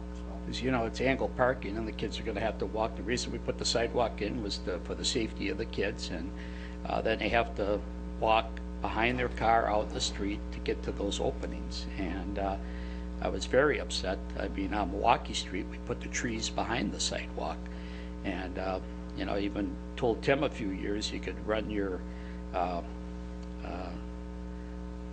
auger right down the terrace and blow it out in the field instead of even trucking it, out in the high school field, and let it, assimilate through the ground out there. And I don't know, these trees are still very young, and I don't know if, for the safety of the kids, if we can move those trees behind the sidewalk. And where was that decision made? By the school district that said, this is where we want these trees? And Either that or through the plan commission, or was there? I believe that was part of their required landscaping as part of the remodeling of the high school.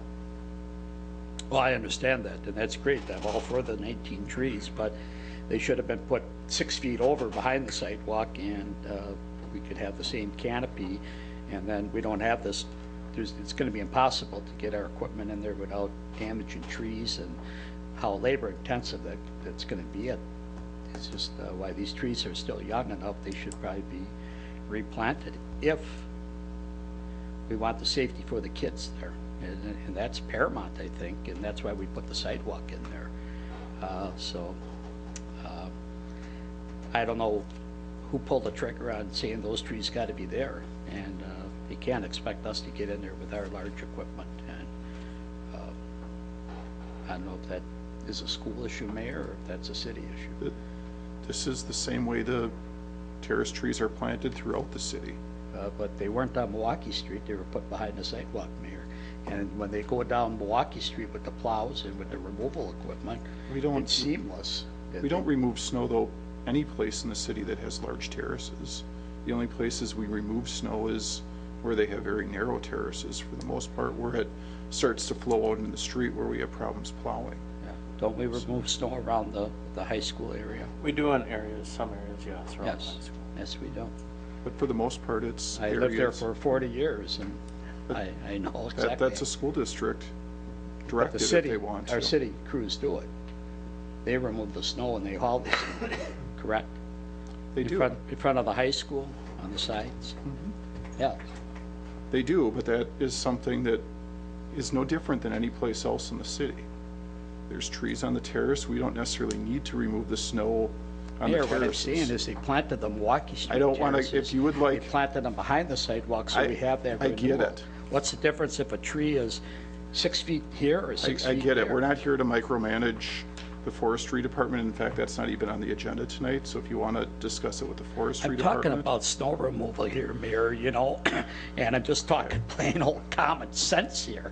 And the safety, if maybe you don't think the safety of these kids are important, but it certainly is to me, and it certainly is an issue that needs to be addressed. If you want to make the motion to remove the trees and move them someplace else, you can do that. Well, I'm saying it was an error here. I that don't those believe- trees should have been put behind the sidewalk. That is your opinion. That may not be everyone else's opinion. So if you'd like to change that, you could do that. But it's the same way we plant trees throughout the entire city. No, it isn't. And again, the Milwaukee Street Well, corridor, we on planted one all those trees. I have a property across from there, Mayor. I watched On one them street, but plant them. it's very typical to plant trees in the tree area between the sidewalk and the I curb. understand that. Yes. But So- we planted 19 in a brand new area with a new sidewalk, and now it's angle parking, it's not parallel parking.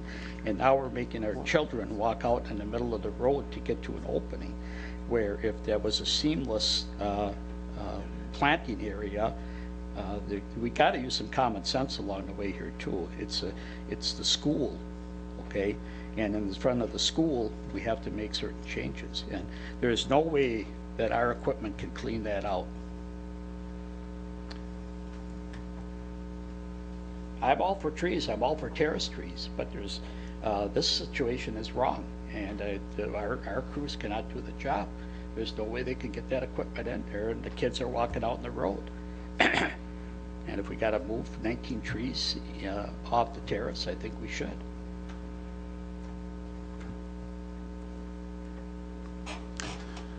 Okay, moving on to street signs and markings is the next budget. Any comments on this one, Mark? Okay, yes. On page 139, specialized equipment, you will see the painting of traffic signals. We're hopeful of getting 4 intersections, the signals, poles, standards painted at those 4. Some of those are in really, really bad shape, and I think it's time that we do address that need. The Besides that, Adam was, That's pretty much. yeah.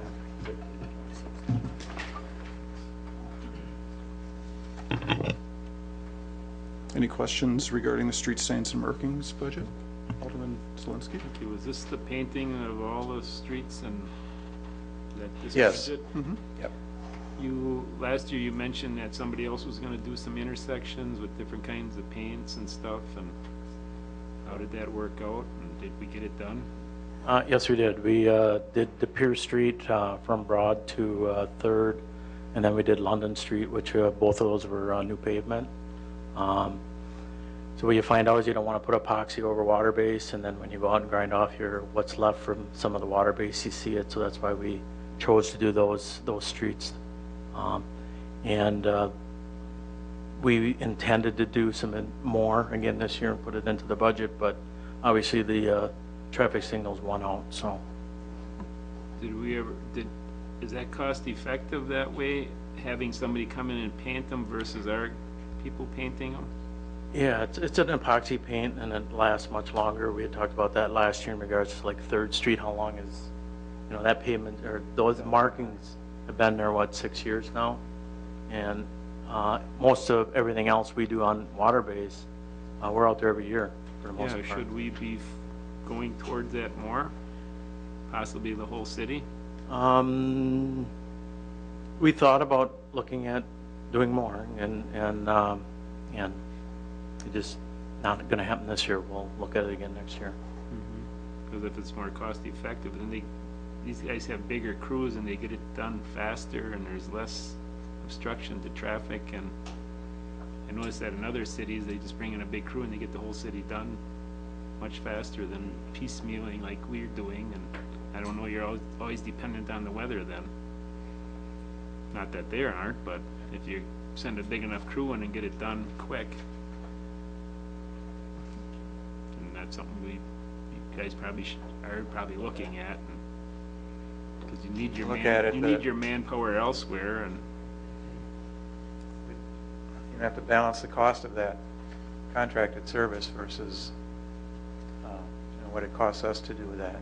And definitely for the epoxy, it's worthwhile. We aren't equipped right now to do the epoxy marking. so for the areas that you did, what was the cost saving over the 6 years versus our guys going out and painting them every year? I didn't calculate that. Okay. And again, that was a program that we jointly went in with City of Neenah. So trying to maximize savings just with the larger contracts. So you could probably get back to the next council or whatever, what the cost saving is. Thank you. Anything else on street signs and markings? Alderman Taylor? Just an issue that I see cropping up on the 3rd Street. The community spent a lot of money on the colored stamped concrete, and I see it's a certain type of weed that, I don't know if they call it creeping Jenny or something, but the weed comes up and then it spreads out flat. It doesn't go up, and I see that more and more. We have a lot of rental property, and I know we're not going to get compliance with renters going out and maintaining that, but I'm just thinking in the spring of the year, maybe a quick hit on that with some sort of a herbicide to stop that, because it's getting to the point now, if you look in the fall here, that and I think we respray that every 2 years. Don't we reseal that or something? Every 3. Every 3. Okay. I don't know what cycle we're in with that, but it's certainly starting to show up out there, and it's a nice enhancement that the community spent their money on. So Just so you're aware, we were able to get the crosswalks on 3rd and Racine sealed this year. Okay, great, thanks. So just for your information, I did ask that we do the same thing on some of our intersections and some of the raised areas in the centers of the streets. I noticed that we must have missed, or no, we couldn't do the one on Midway because it's not ours, but sometimes in those joints we get some really awful weeds and things. So if we could try to work on those at the same time as what you were talking about on 3rd Street, that'd be great. Alderman Zelinski? Traffic signals, are we removing any this year? Because you were talking about the state was taking over something on Oneida, and we're talking about the one on Main Street. Is that in this budget or addressed? We're hopeful of removing the Main and Mill Street signal, yes. Did the state take ownership of the one on Oneida Street? Remember that discussion? Not yet. When is that? That's intended to take place when the Oneida Street is resurfaced, Okay, that's a. and that's kind of up in the air. Moving target. It is a moving target. Okay. Are there any other street signals that we're talking about upgrading, or? Not at this Changing. time. We had considered countdown signals for 7th and Racine Street, but just with the other costs in this year's budget, that one was not advanced. Well, none of this- Similar to what we have at Main and Is Racine. any of that stuff mandatory that you got to phase in? No, The I countdown? don't think, it's just, is it mandatory for renewal? No, it's not mandatory. I remember it's changing the colors of some signs and stuff, and something you have to go to neon green or something. Is that mandatory, or? For the, yeah, for the school zones. Okay, thank you. Alderman Taylor? Thank you, Mayor. Quick question, Lake Park is up, we're gonna be redoing Lake Park. Is the signals coming out at Highway 114/10 Lake Park? No, They're not gonna put a roundabout in there or anything? no. Okay. And those are not our signals, but those are the state signals, Really? Okay, thank you. so we don't have any cost.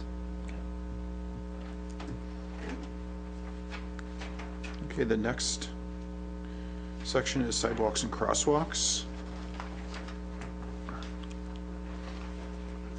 Do you have any comments on that one, Mark?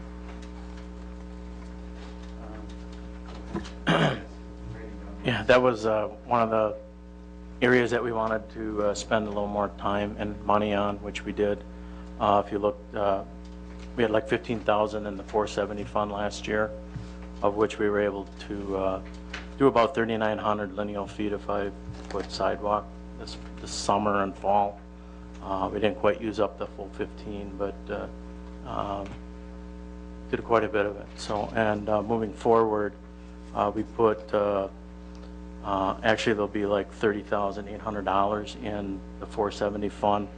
20 of that would be for concrete, and then about 10.8 in supplies to continue with our sidewalk program. It's been a number of years since we've been out and have addressed potential trip fall hazards, and we intend to do be a little better prepared so that as soon as we get warm enough weather this spring, we can jump on it right away. Any questions about sidewalks? Alderman Nichols? Thank you, Mr. Mayor. The work that's been done on those is greatly appreciated. I noticed that there were more markings done towards middle to end of October, and now we're in November, so are those that are marked to be removed going to wait till spring? Correct. Okay, thank you. Can I ask what the green marking is, the green dot? Mud jacking. Okay. And then the pink will be removal. Thank you. My 4-year-old asks all the time, what does the green mean, Mama? I don't know. Are you smarter than a 4-year-old? Now you are. Okay, the next budget is the street lighting budget.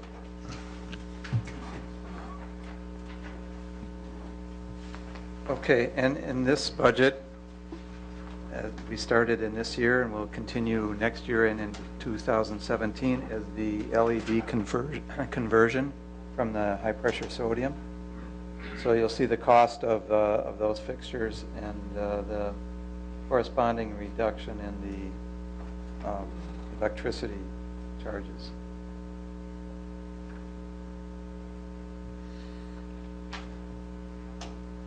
Any questions on the street lighting? The 75,000 is the new fixtures. Okay. The next budget is the parking lots budget. Do you have any comments on that one, Mark? Not really, it's just to maintain our parking lots, where all of the operations and maintenance, other than snow hauling. Alderman Taylor? Thank you, Mr. Mayor. I think the two ends of the Broad Street parking lot are gonna probably have to look at our snow storage a little bit different. It's gonna be kind of prime real estate to have those stalls open. So thanks for addressing that.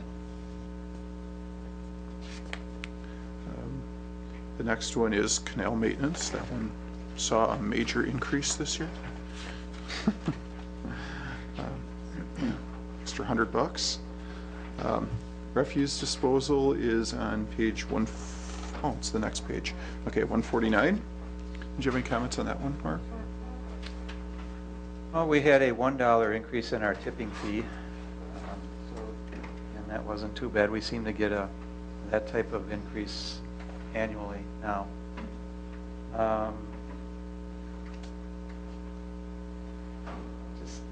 We hope to, we're moving toward the front end loading equipment, trucks, and we hope that will help in our efficiency with the commercial routes and overflow routes. And Adam, did you want to just explain that?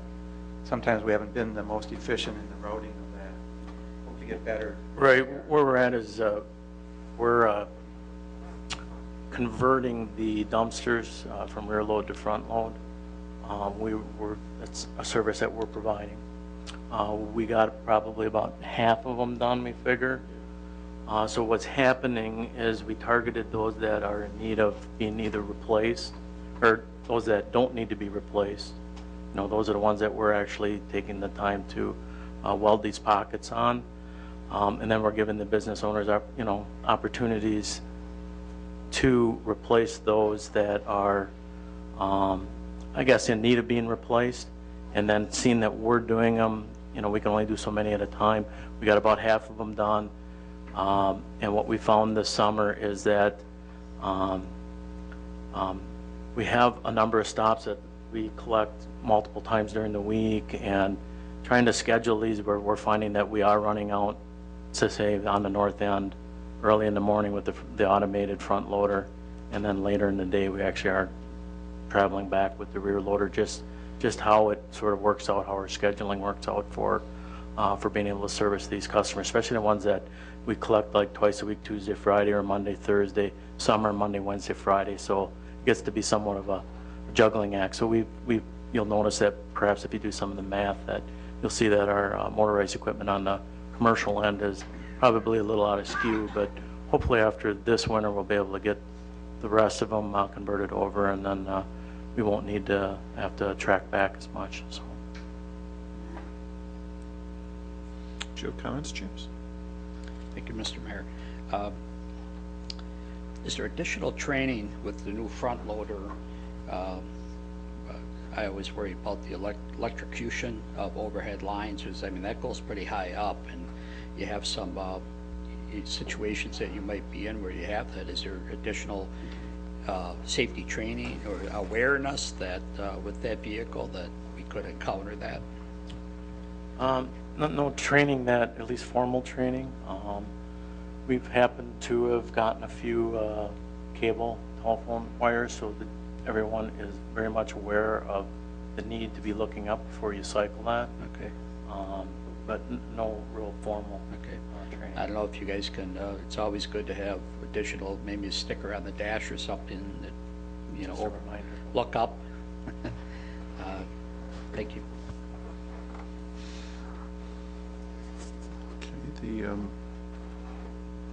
next budget is the weed Just got cutting. one Oh, sorry, question. Dan. Where are we currently going with our waste? I thought it was Outagamie County. That's where we do take ours. Oh, it says Winnebago in here. Tipping fee has increased. How long are we going to Outagamie before they switch it again? On page 149.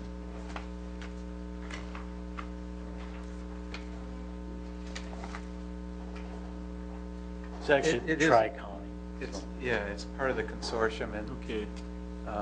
do the bills come from Winnebago, or are they directly billed from Winnebago does bill us. Okay, so we were taking it to Winnebago a couple of years ago, now they switched to Outagamie. How long does that go on for? And then they're talking what you're going to We'll have, unless you guys know, we'll get an answer. It's a few more years yet. Brown County then? Brown County, so we would probably transfer at that point. It'd be a transfer station. That could be at Outagamie County, so we would still truck and dispose of at Outagamie County, where it would be transferred in larger containers and taken to Brown County. What is the impact on, well, somebody will see the impact shortly when that happens, because it's the trucking cost, and we'll be Yeah. absorbing that. And Time will tell, right? But it's still much more cost effective than us individually going out each time to Brown County. yes, I think Oshkosh, City of Oshkosh does that now at Winnebago County. They transfer up to Outagamie.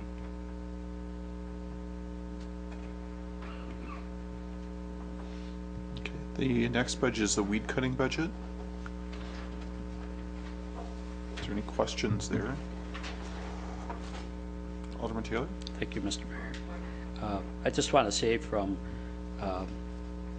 if it's potholes or if it's weed cutting, when you call Dorothy, she gets it on the list, and I know Jeff gets out there at different times, and appreciate the team effort there with that. And I know with abandoned properties and things, it can be difficult, but you guys do a great job and a timely job with that, so we appreciate it. Okay, the next budget after that is the lift bridges budget. Did you have any comments on that one, Mark? Not really. It's, If I remember right, it was unemployment. What was the change in oh, this the one? unemployment, yes. Okay. Anyone have questions on the lift bridges budget? Seeing no one, we can move on to recycling solid waste. Which there's nothing there. And then we've kind of been doing the capital projects. Have we hit all of them as we went through here? Well, we still have 266 to do. Oh, did I miss I did miss the 266 one. I'm sorry. 169.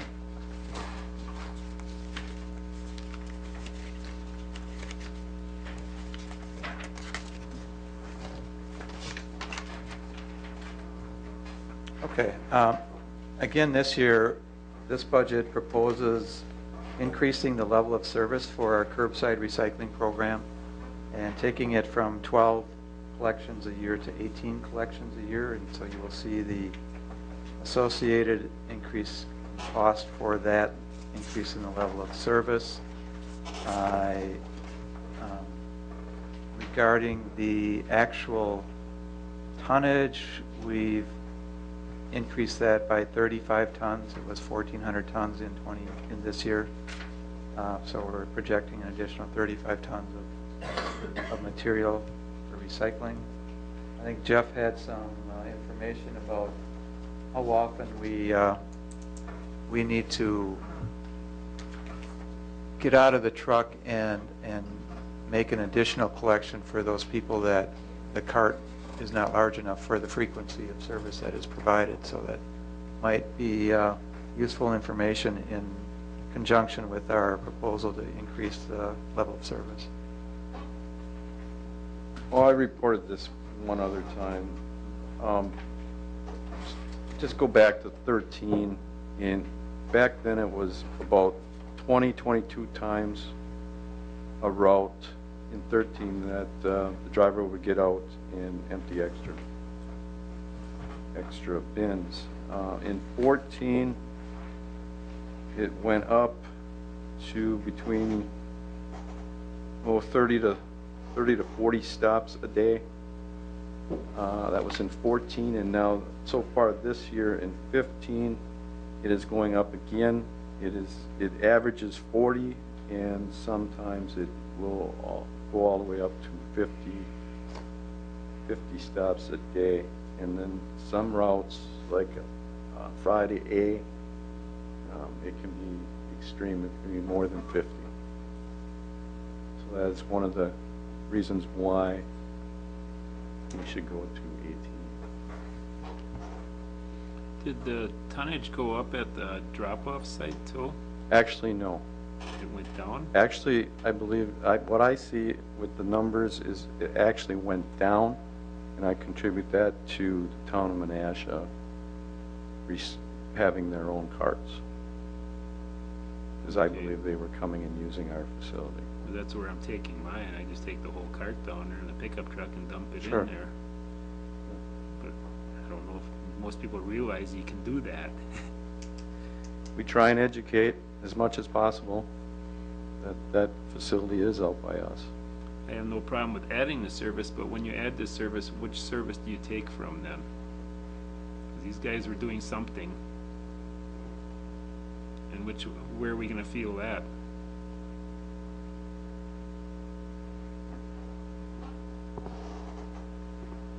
Well, it's hard to say where we'll feel it, because some of the employees that are working on the recycling could be common laborers that do almost any type of activity in public works. Well, they're doing something, so can you bring back next year what happens where it was compensated or something? Because when you add something, you gotta take away, or It'll probably show up in an efficiency on one of our construction projects, you know, what we're working on at the time. That's probably where you'll see it. Instead of having 6 guys, we'll be trying to deal with 5 guys. that's the biggest complaint on some of these construction things. They take too long, and the people want the street done sooner. Correct. And I don't want that being affected, because some of these streets are very dependent on weather. Picking up recycling isn't dependent on weather. And I don't want these streets being dragged out till we're not ready for when the Northeast Asphalt or whoever comes in to put the stuff down, because we're doing recycling. So maybe this is the test year, so maybe let us know going forward, because you just can't keep adding things without adding staff. Alderman Taylor? Thank you, Mr. Mayor. Have we crunched some numbers? Would it be cheaper for these, you know, these 40 incidents a day to add a cart, different cart, an extra cart to that? Those people are creating more, and a charge to them for an extra cart, so we don't have to get out of the truck, versus just putting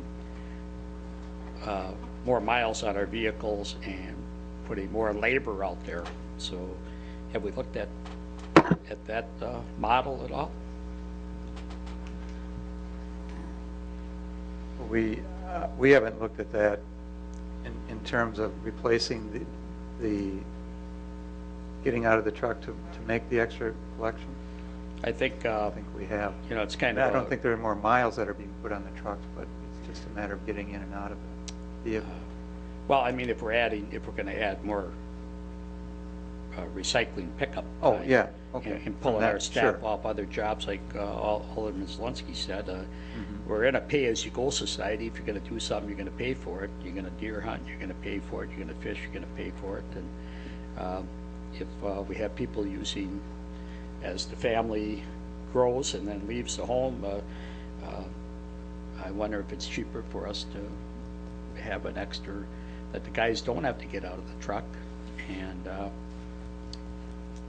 that you'd have to have another container.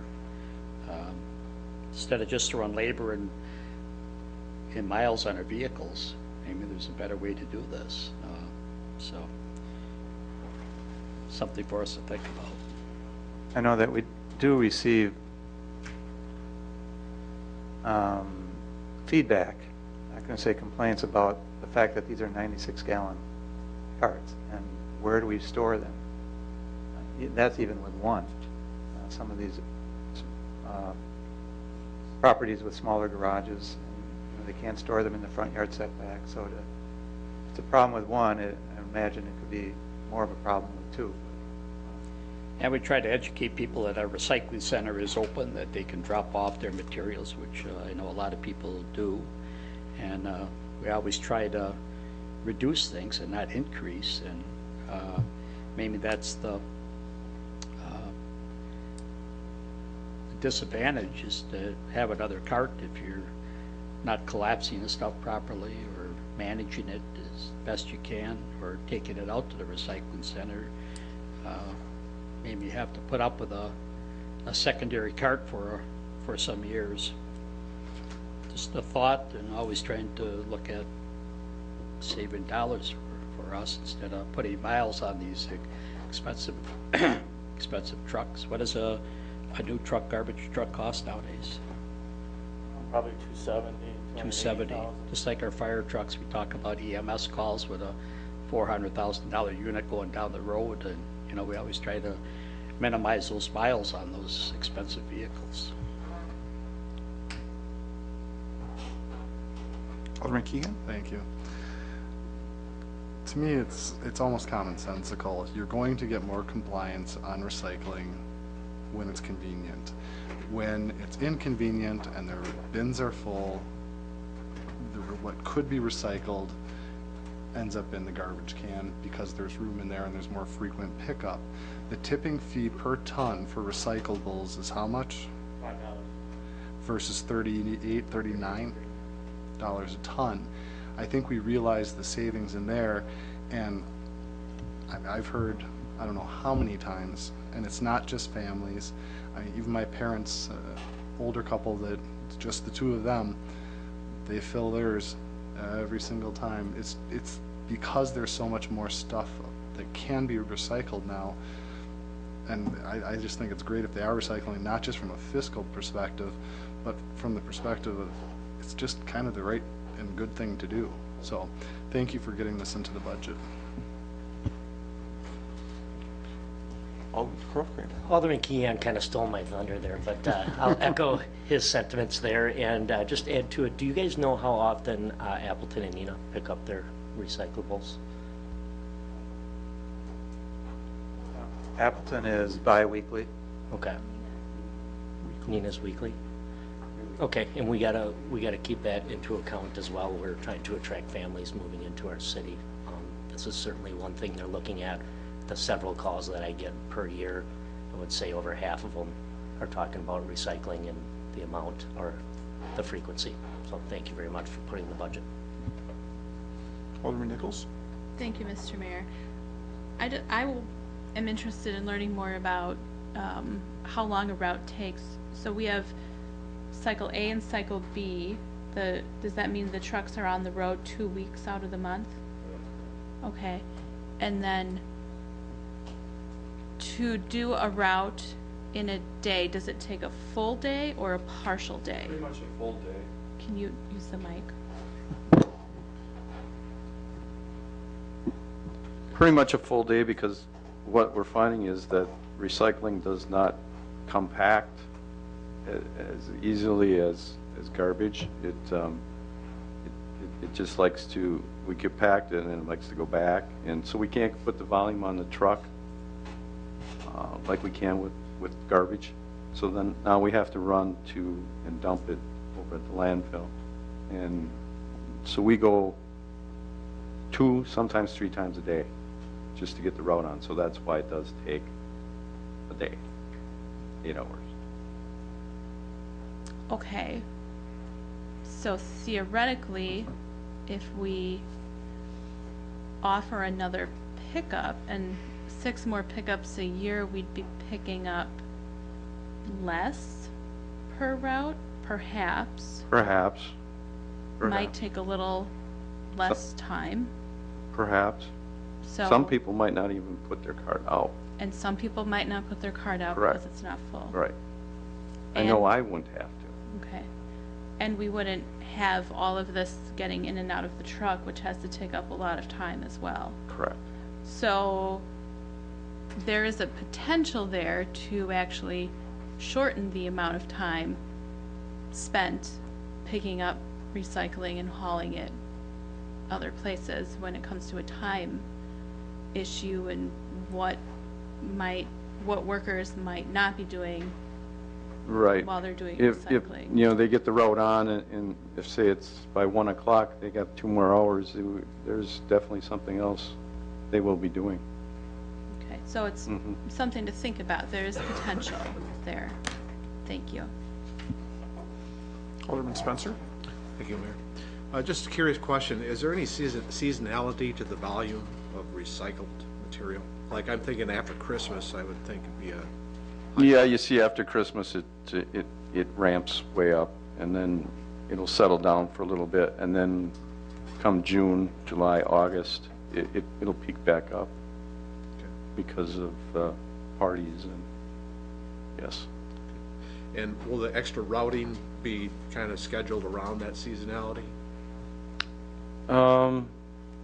Not so much. We look at a calendar, and with the holidays, we pretty much slot it with the calendar and the holidays to make it work. Okay. Yeah. Thank you. Alderman Taylor? Thank you, Mayor. What is our policy? We heard that people are throwing recyclables in their garbage, and I know we have the front load, which is nice that the driver can see, excuse me, what's being dumped into the, or let's say we have somebody that has all sorts of recyclables and you've already dumped it into the truck, what happens? Are you called out, Jeff? Or? Well, in most cases, that doesn't happen. They will see it prior. Okay. And then at that time, they do not dump it. Okay. I'm not saying once in a while, okay, it does get in there and it goes. I mean, that does happen. But in most cases, the red flag comes up, they don't dump it, it gets put on a list. I personally go out there and see it myself, and then I leave them a note stating that they must recycle. And they usually, well, sometimes they're not happy, they'll call and complain. And between us and the office, we educate them as to what's recyclable, what isn't. Great. In most cases, they understand. Sometimes they don't. But Since you have these new numbers and the increase each year, we always look for options up here to look at.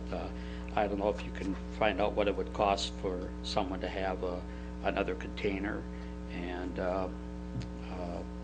by creating that model, what that cost would be, and if we would charge for that, or I'd rather charge someone for a container than charge the whole community for the extra miles and wear and tear. Thanks. Alderman Zelensky?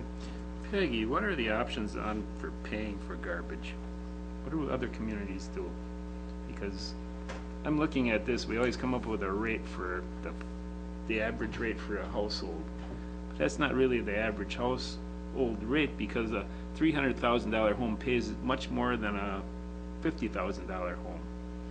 And they might not be the major garbage contributor. The $50,000 home might be putting out twice as much garbage than the $300,000 home. And this is not, looking at this, it is not fair. It's sort of like stormwater. Well, in my experience, there's a lot of communities that don't break out garbage separately. They just have it as part of the taxes, so the total cost of garbage just goes into the taxes and everybody pays their fair share based on the per thousand tax rate. There are communities recently that have been breaking it down. I'm not close enough to it to know how it is, but it's not a, do you have a family versus do you have, yeah, in most communities, the one that I know of that does it now, it's not a, if you're a family, you pay more. It's every property pays. Yeah, it's based on assessed value. That's what you're paying, basically. Well, but some of them have a garbage fee now. Okay, Some I know communities Nina have a implemented something.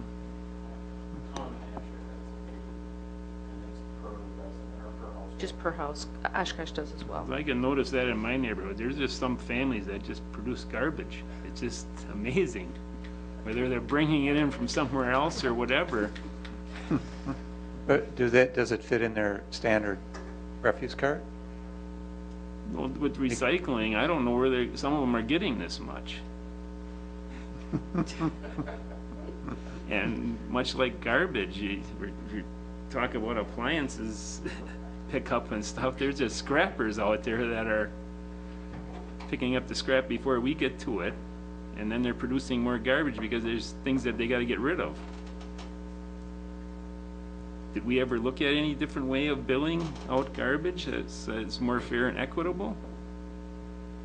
Well, right now, the standard level service is a 64 gallon, and then if they go to a 96 gallon cart, there's an additional fee, which is $1 a week for that.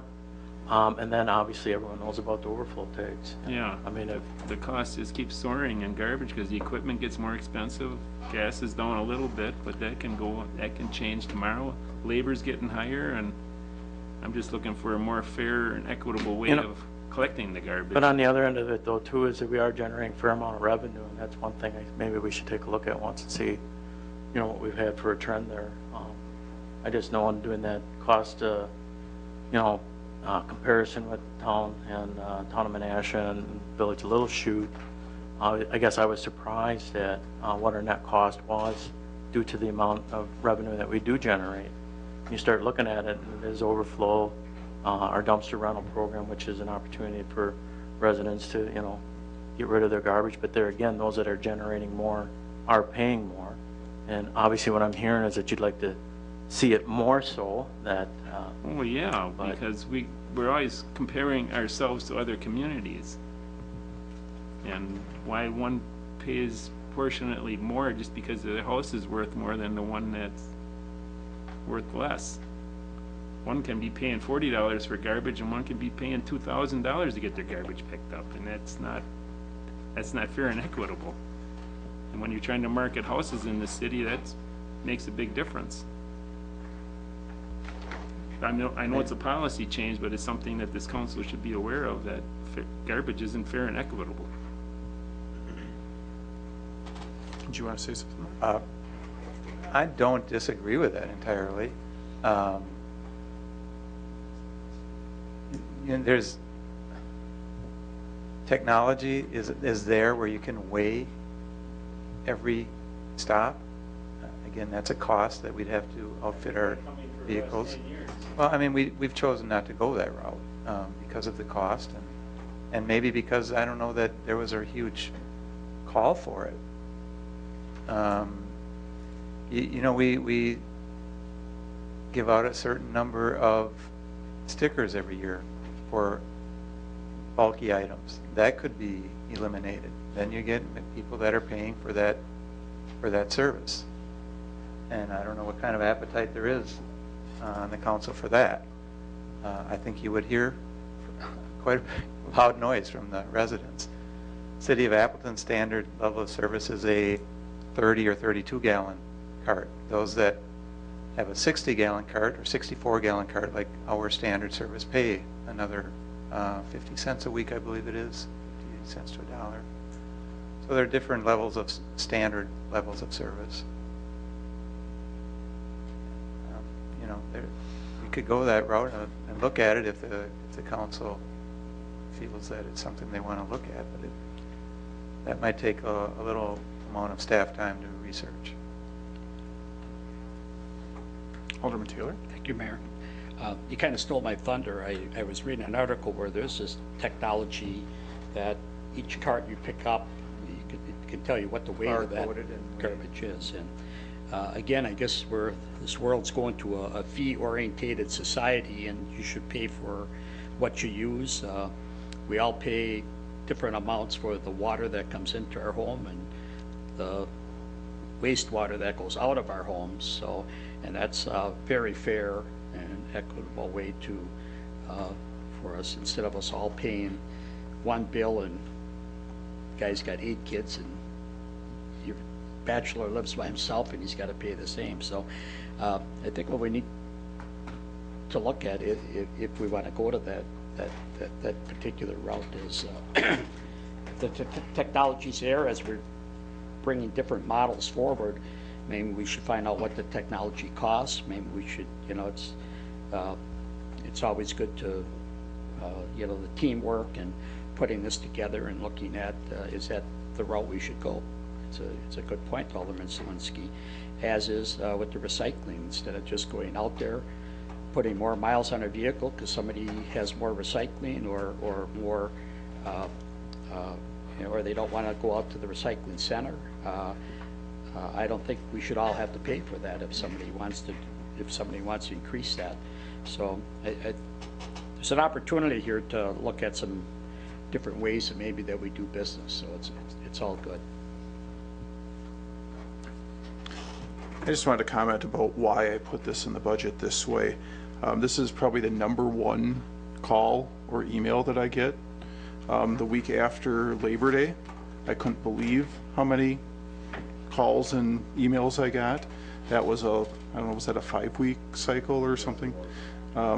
Ever since we started accepting additional containers like deli containers and margarine containers, I've gotten more calls on that as well. We're significantly less than our neighbors. When families are looking to move to Menasha, they're looking at the service levels we provide. And when Nina is doing this every week, and we're doing it once a month, especially in homes that have small garages, they're looking at that as being a huge detriment. It's not very environmentally friendly either to have every one of us driving over to the recycling center a couple times a month to drop things off rather than one truck going around picking these things up. And I've heard the same thing as Alderman Keehan has. When the recycling bin's full, guess where it goes? It goes in the other one, because there's no place else to put it in the garage. So I know Jeff doesn't want to hear that, but that's what's happening. People are looking for this service. This is the thing that I hear about at least a couple times a month, and that's why I put it in there. Alderman Taylor? I've never had a call on it, never. I've had not one person say to me, I need more pickup. I see the boxes out there at different places. I think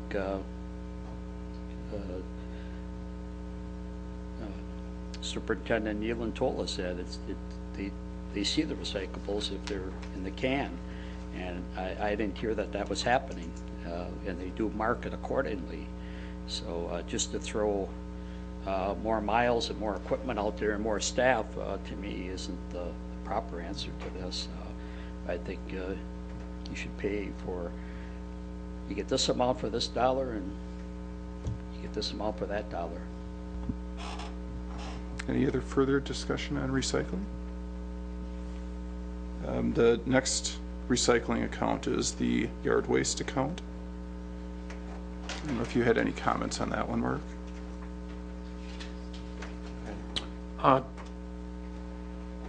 If you look in the narrative, we do make mention of looking at opportunities to sort of partner with and work with local contractors to sort of eliminate the volume yard waste that we handle. We are currently hauling our leaves right over to Buckland. He was recently permitted or got a permit to allow him to compost a larger volume than he originally had. And although the budget doesn't reflect anything because we don't have any sort of firm arrangement, but we are looking at trying to reduce our costs of handling some of this material. And don't worry, we have plenty of compost out there yet, but it's just something that we're looking at trying to sort of save on some money here. Yeah, it was dropping off some waste there, and I'm just amazed at the mountain of leaves and brush and whatever else gets thrown in there, that people sneak in there, and you guys got to deal with that. There's got to be a more economical way to deal with this stuff than grinding up, putting in egg bags, and hoping that someone comes and picks up the dirt. And just so you're aware, in the spring it's July, we usually have them come in and grind twice a year. This past spring, we did not keep any of that material. We were able to sell it. Okay. I forget exactly what the dollar amount was, but we didn't have to handle it, and we did get some money in return. How are you policing the commercial vendors that dump off there? They can dump off. They can? Is that, as long as it's coming from the city. well, yeah. How do you know? And we have had discussions on that, and I'm probably guilty of not following through on some things. But Dorothy and I have talked many times about, and she's done some legwork as far as what other communities are doing, and it is something that maybe we certainly should look at. The thought is that if you drive by out there by Buckland's, you know, he's now looking for grass and it's free, and Yeah, I'd almost like to think that just naturally that people would go over there instead of come to us. Yeah, I but, noticed that, because I don't know where the town, how does the town handle it? the 'Cause town we're all does, intermingled here, and right, the town does provide year-round collection at different stages of the summer, and it has to be bagged. That all goes through advanced disposal. So, but you're right, I'm sure that we still get some town material. yeah, I'm sure we are, and other cities are getting some of ours, and vice versa. What do you forecast the cost of this, managing the yard waste? Because we brag that we want to be Tree City USA, but when you become Tree City USA, you're dealing with more branches and leaves and everything else. And Yeah, I didn't bring my cost report with me, but I thought I tried breaking down some of those costs when we tried comparing with, again, town of Menasha and the village of Little Chute. Again, the yard waste, our cost of handling our yard waste is broken down between the 266 fund and the stormwater fund, 625. 44% of the cost is in the 266 recycling fund, and 56% goes into the stormwater fund.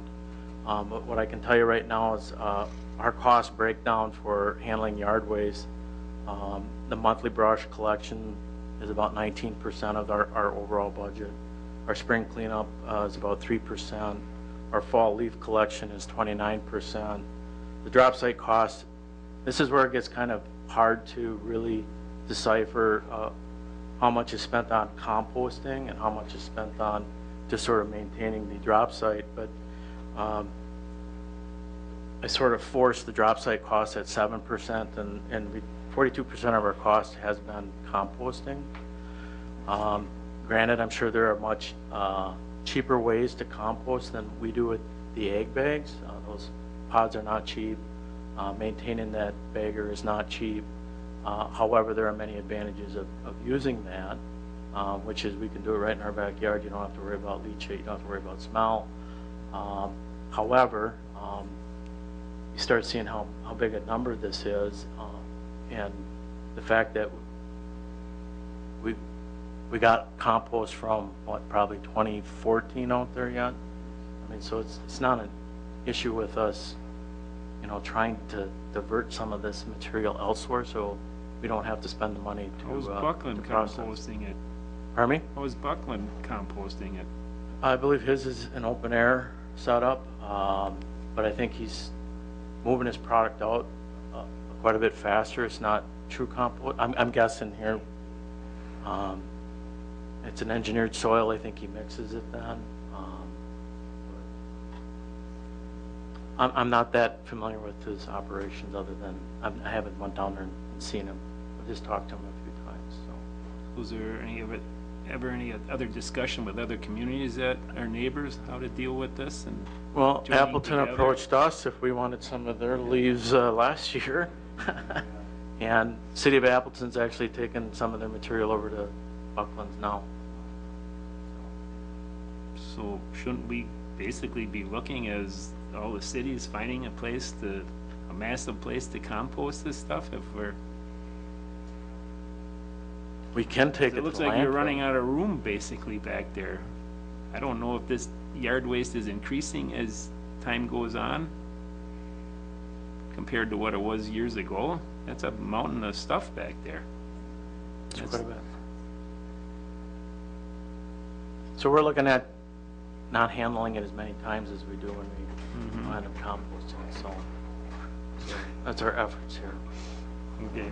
As we urbanize and suburban sprawl occur, I mean, those areas where you could do something like that are farther and farther out.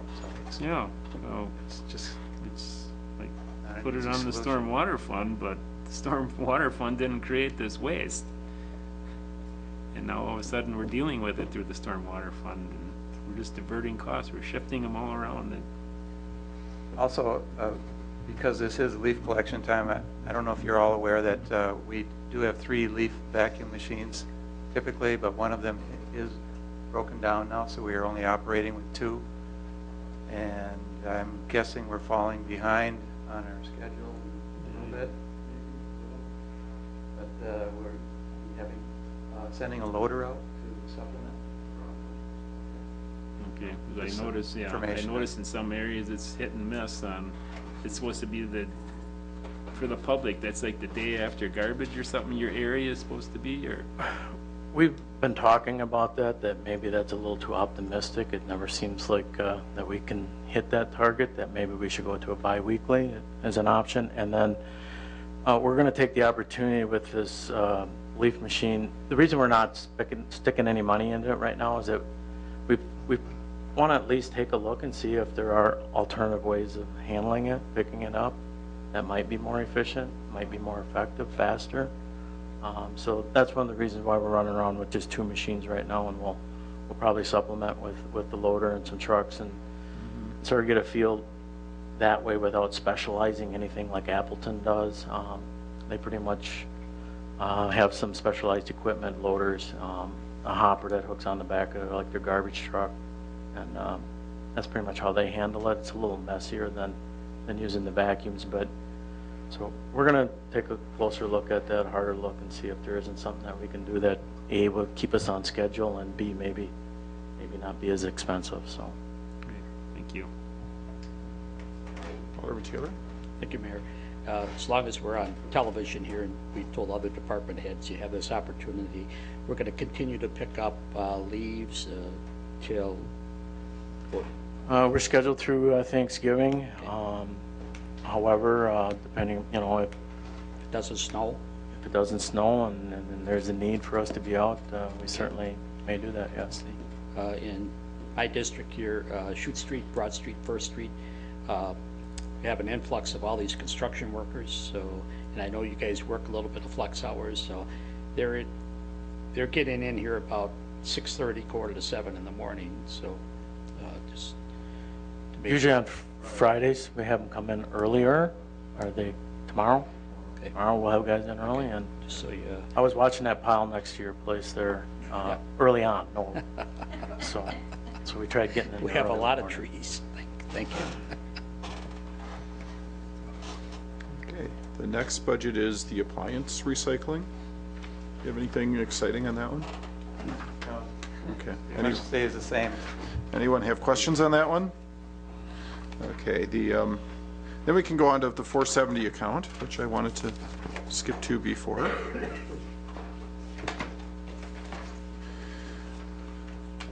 Which is 195, I believe. 179, okay. So your sections are on, Starts on 181 under building Okay. maintenance. Pretty much that whole page, 181 would be involving our department. does anyone have any questions about this? We kind of went through all these things as we went through the departments. I don't think we talked about the roof replacement on the sign shop. I think we hit everything else, didn't we? Oh, and then there is the landscaping for the Germania parking lot as well as the lighting on page 182. Any questions on the 470 accounts? Okay, then the sewer utility is on page 195.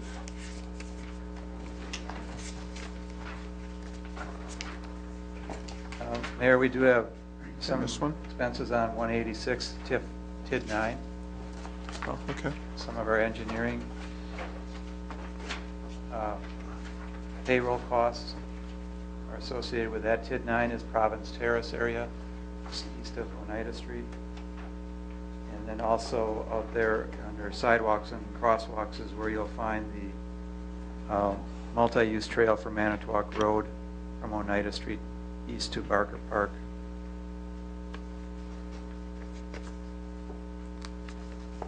Any questions on those?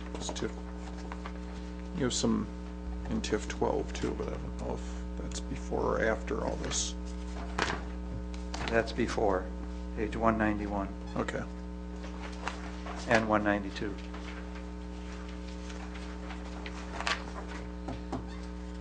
So in TIF 12, you have, Again, a remind me portion what's of there. the engineering Okay. payroll, and then we include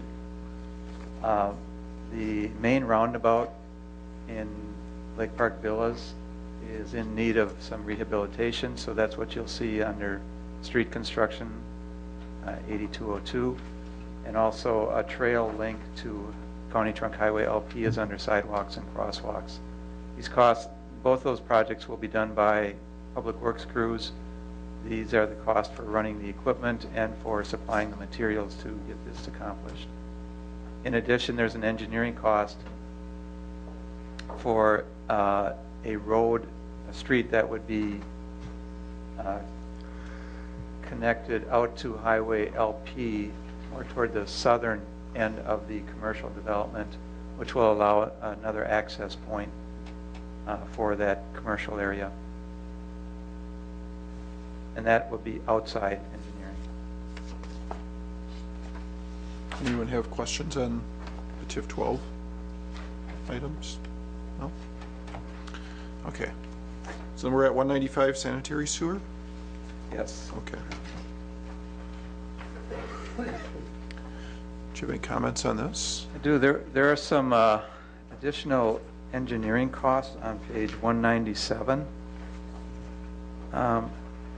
The first different one is toward the top of the page, you'll see a CMOM submittal. This is a new mandate by the state and federal governments. CMOM is a capacity management, operation, and maintenance. It's a requirement that all sanitary sewer collection system operators must now comply with starting in July of 2016. And what it does is it tries, it's a document that will indicate how the city will try to prevent sewer backups, how they look at having the capacity to serve future developments, how their system operates, the level of maintenance on the system to ensure proper performance in the system, preventing basement backups, health issues, that type of thing. So unfortunately, it's a fairly lengthy document that has to be set up, so there's a cost for doing that from outside engineering to assist us with that. The Clean Water Fund project implementation would be for a potential project on the island, on Doty Island portion of the city, where we still have not completed all of our sewer improvement work yet. As you may or may not know, we started with this program probably close to 10 years ago in working our way through the city in efforts to reduce infiltration and inflow during storm events, to improve any components of our system that are in need of repair. And we're getting to the end of the city's, to the portion of the city that is the public sewer. Eventually, we would like to move into the private lateral portion, which a lot of the surrounding communities are already started doing. But we first wanted to finish with the public sewer and manhole portion. So we have money in there for applying for a Clean Water Fund low interest loan and possible principal forgiveness on that loan. And then also included in that same category is a user charge rate study. We were recently notified of a rate increase from Menasha Sewerage Commission, and so we feel that a rate study is appropriate. It's been a couple of years since we've had one done. Talking with Peggy, she has been involved with these rate studies on an internal basis with City of Oshkosh, but I think her plate is rather full, so we did put money in the budget. We'll take a look at it and see if that's a possibility for early next year to have her department work with our department in putting together our own rate study, but from what I see of Peggy's available time, I don't think that's a real likelihood. So we did include money in the budget for that service as well. Does anyone have questions for Mark about the sanitary sewer budget? Okay.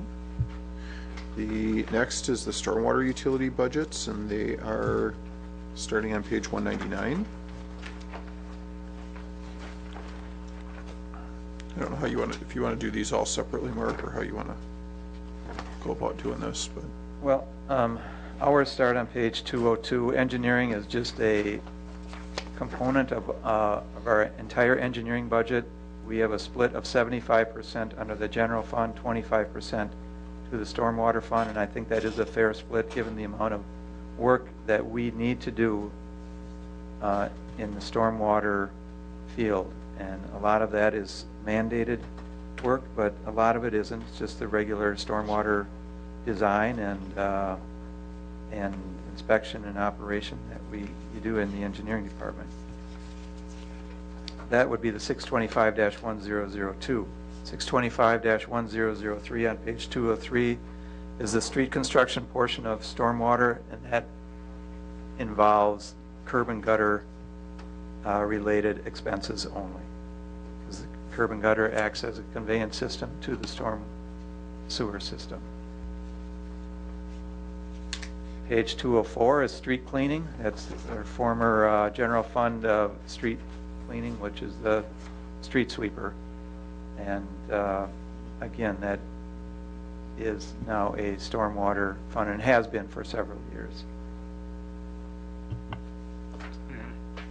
When are we getting the next, the high efficiency street sweeper or anyone? It's in under 625-1010, page 206, Adam tells me. Okay, at the bottom of page 206. Okay, so is that going to stay in? Is this getting done this year? I think it is going to be getting done next year, yes. So is it just the standard street sweeper, or we got to go high efficiency? And it's high efficiency. What this machine will do for us, it will allow us to clean our catch basins, our storm system. Okay. Just so you're aware, we try and do that with our existing equipment, and let's just say our existing equipment's not truly designed for that, and it cost us about $6,500 this year. So yeah, I had a question for Peggy on that. How is the funding going forward on this and the projections? So that's what you were asking about before. Yes. I'm not sure if you recall, and I didn't bring a copy of it along, but when we talked about the stormwater rates, there was a line on there that said capital improvement borrowing. So there's no way we can do all the stormwater pieces of all the streets we're doing without any borrowing. We can't fund that out of our rates. Our rates are not close to high enough, so that was removed. And I think I mentioned a few times during those number of months that there would also be some borrowings involved. Right now, the preliminary numbers I have in the between the budget and the CIP, there's $60,000 in here for part of the deferred assessment program or project that we have going on, and then the other amount of borrowing would be $392,000 for stormwater. So what that would allow us to do is pay for that over time. Of course, there's interest involved, but we can't afford to raise our rates to the level they would need to be to fund all of our capital needs out of cash flow. And when the stormwater utility was brand new and we were doing less operational things, we might have been able to do that, but we can't do that anymore. That's what's happening to the stormwater utility, is it's getting pulled underwater. backing up a little bit on the sewer repairs and stuff on new street reconstruction, who determines that we change the sewer or we just keep patching them? Because sewers get racked just like the water mains do through the changing of the seasons, and we're not keeping up with that. I don't even hear of any sewer replacement. No, we do sewer replacement. We do televise the storm sewers now in advance of our street work. So that gives us a real, I think, a real good idea of what that sewer, the condition of that sewer. Okay. And we weren't doing that in the past all the time, but we did start doing that. And so we're out in advance of our street projects with televising some of the storm sewer system. Any projections on our total sewage load? Because we really got hit hard when they did this reconstruction on the sewage plant. There must be some numbers tentatively coming out there. We were paying a bigger share than possibly Nina was. Yeah, our numbers have been very good this year. The portion of debt that is assigned to the various member communities and participating communities or sewerage districts is based on the components of flow, BOD, and total suspended solids. And again, knock on wood, but for this year and a good portion of last year, our numbers have come down drastically. And that's a result of better monitoring both at the industries and better monitoring at the incoming, at the influent at the Nina Menasha plant. And in addition to that, it's some of the I&I removal that has been done. But how often does anyhow, the debt payments, so they're based on that particular month's flows from each of the communities. So that will go up and down based on how much we're contributing each month to the treatment plant. So that's reflected in everybody's bill then? I mean, the bill is, that's why we're looking at another user charge study. And, you know, that rate doesn't change. Their bill is based on their usage. I remember something when they rebuilt this plant, or when they were just in the process, our numbers were high. They were high. How often do they review those to set their rate? They said Menasha is going to pay proportionately more because for some reason we were bringing in more sewage than... Well, they do. They divide up that month's debt charge, debt retirement, debt service charge based on your month's usage of their facility. I thought there was some kind of bill that wasn't reviewed for like a couple of years and you had to bring in your total numbers for that year or every year. I'm not aware of that. Okay.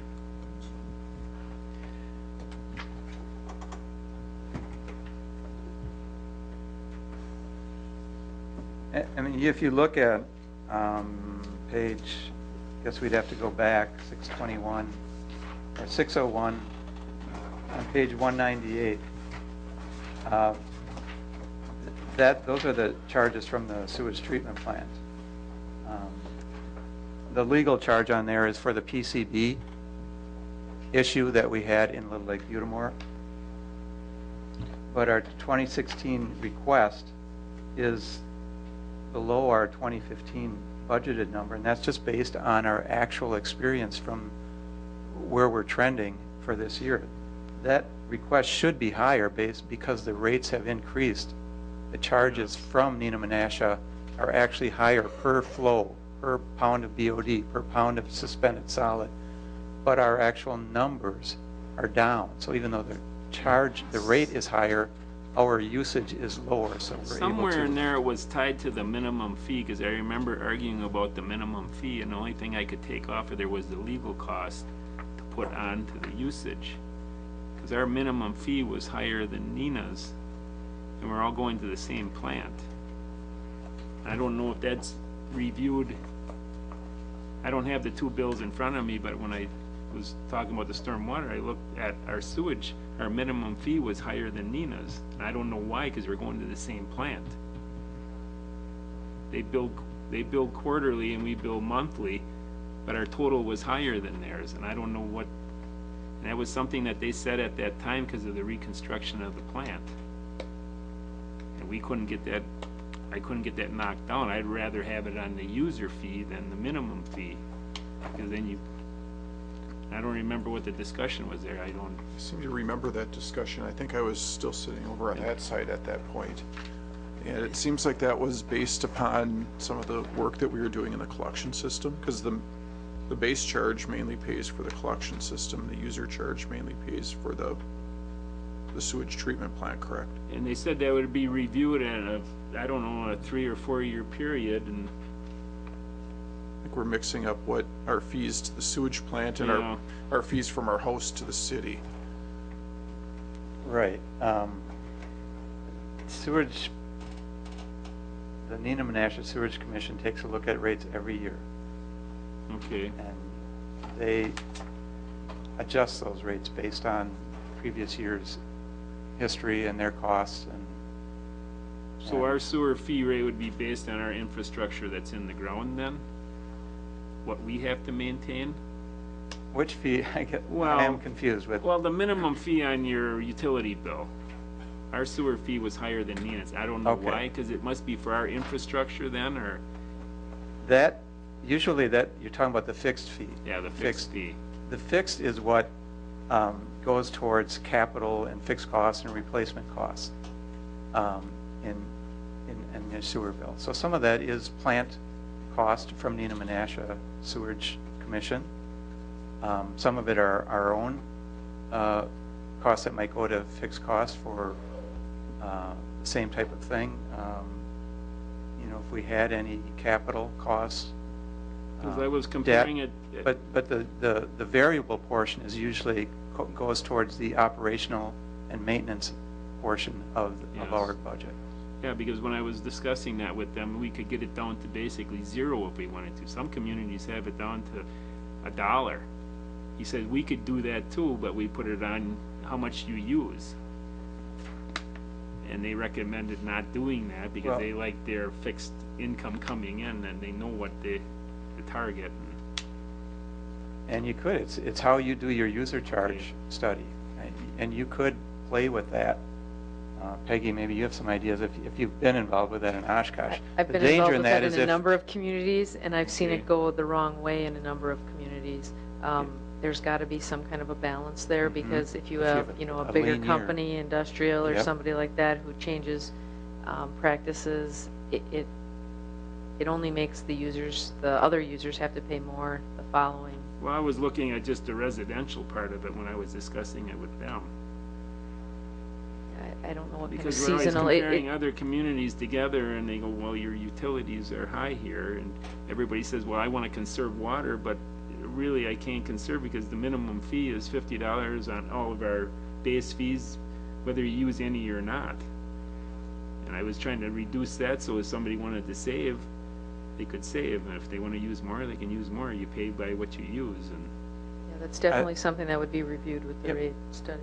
Yep, I was just going to suggest that. It's, when we do the 'cause that should rate be study, coming up that again. we can talk about that, because there are different ways of assigning those costs and putting it against the fixed charge or putting it against the usage charge. Yes. Okay, that's what I was wondering when that's coming up, the base fee or whatever. We'll be reviewing that in 2016. Okay, thank you.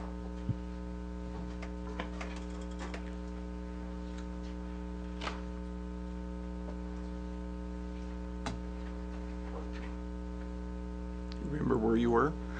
I think you were I on think- snow and ice removal, right?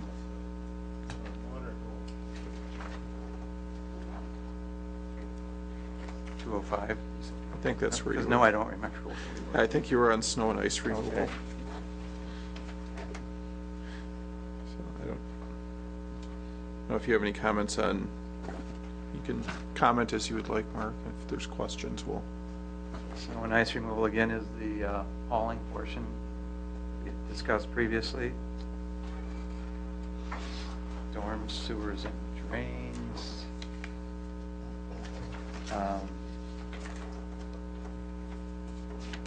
This was what used to be our old storm sewer account under the general fund, so it's the cost for construction, maintenance on their actual storm sewers themselves, stormwater ponds, that type of thing. You'll see some of the construction and reconstruction costs are in the 8202 sub-account on page 207. Again,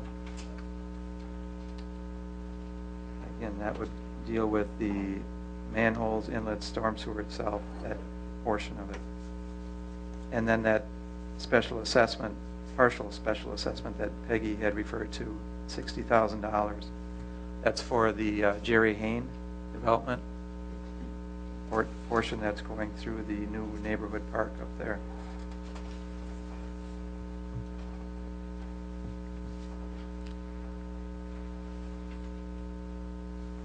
And continuing question, the parking lots would be for sweeping and snow removal only. That gets charged to the stormwater fund. Recycling yard waste is the leaf collection.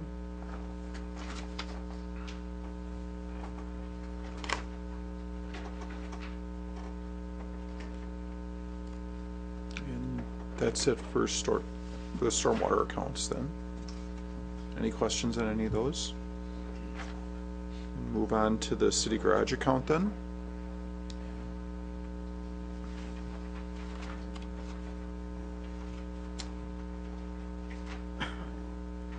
We did make some changes as far as the wages, shifted some of the payroll splits just to reflect a more accurate, what's accurately occurring out there.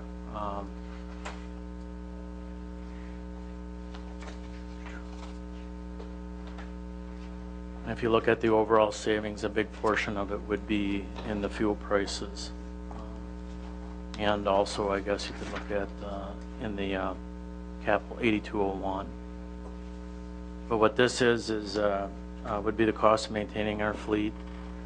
In addition, we maintain this Menasha Joint School District's equipment and vehicles now.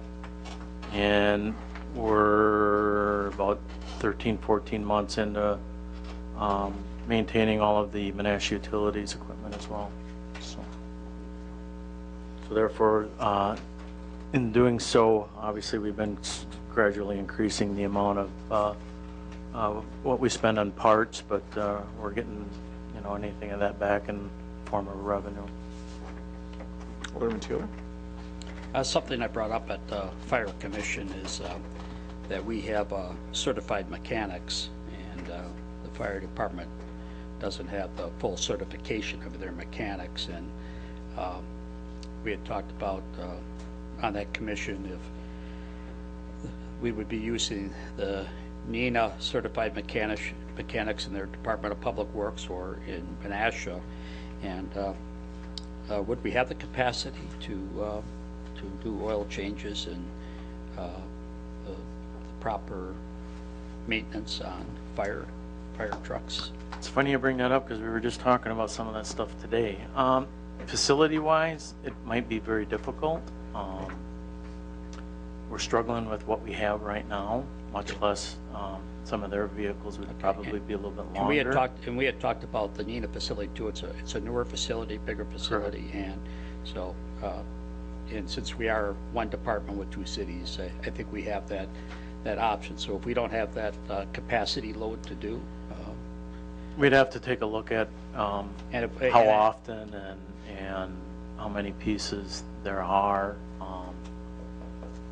I know we were a little concerned, or at least some individuals were concerned when we offered to take on the Menasha Utilities, but I think we still do have some capacity. But and I think one thing that we do need sometime in the future is a new maintenance repair facility. I mean, yes. We've gone from single axle to tri-axle through the years, and we haven't stayed up with that capacity. And I know we'd like to have a brand new public works facility, but I think that the mechanics facility should be really looked at some point. We had it in the CIP coming up not too long from now. maybe, hopefully. A little longer than we'd like to wait, actually. I know. And would that be in the same location, or would that change location? We'd have to take a look at that. The original thought, was it 10 years ago now, was to sort of site that, keeping in mind that when we do get a whole new facility, then we build off of that. So there was a plan in place a number of years ago. Because the maintenance of our equipment is, you know, if you don't maintenance it, you're going to pay it on the other end. Yep. So, thanks. You know, our maintenance staff is top of the line. In my opinion, there's nothing that we can't do. We blew an engine in sanitation 3 and we let it sit, and we debated, talked about farming that out. I think we had estimates of 25, 30,000 maybe, they weren't sure. We picked up an engine for $6,000, and it's a good thing. Originally we weren't gonna, the idea was to maybe phase out one of our trucks as we move forward to the front loading commercial. But it's probably a good thing that we didn't do that, but you know, we were able to take care of that. We can fabricate just about anything out there. Maybe I shouldn't have said that.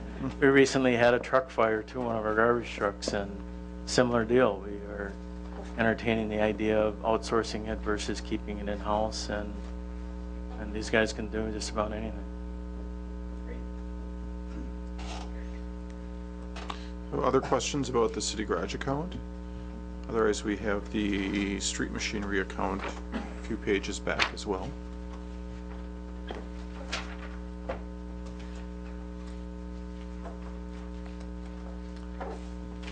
As you look there, the first item is number 10, and we actually, it's replacing a single axle dump truck. We replaced the chassis this year in 2015, and we went with a hook lift body on it. And what that entails is it allows us to, in a matter of minutes, grab different bodies and pull it on. And we just got our bodies in. We got our anti-icing mounted on one of the skids.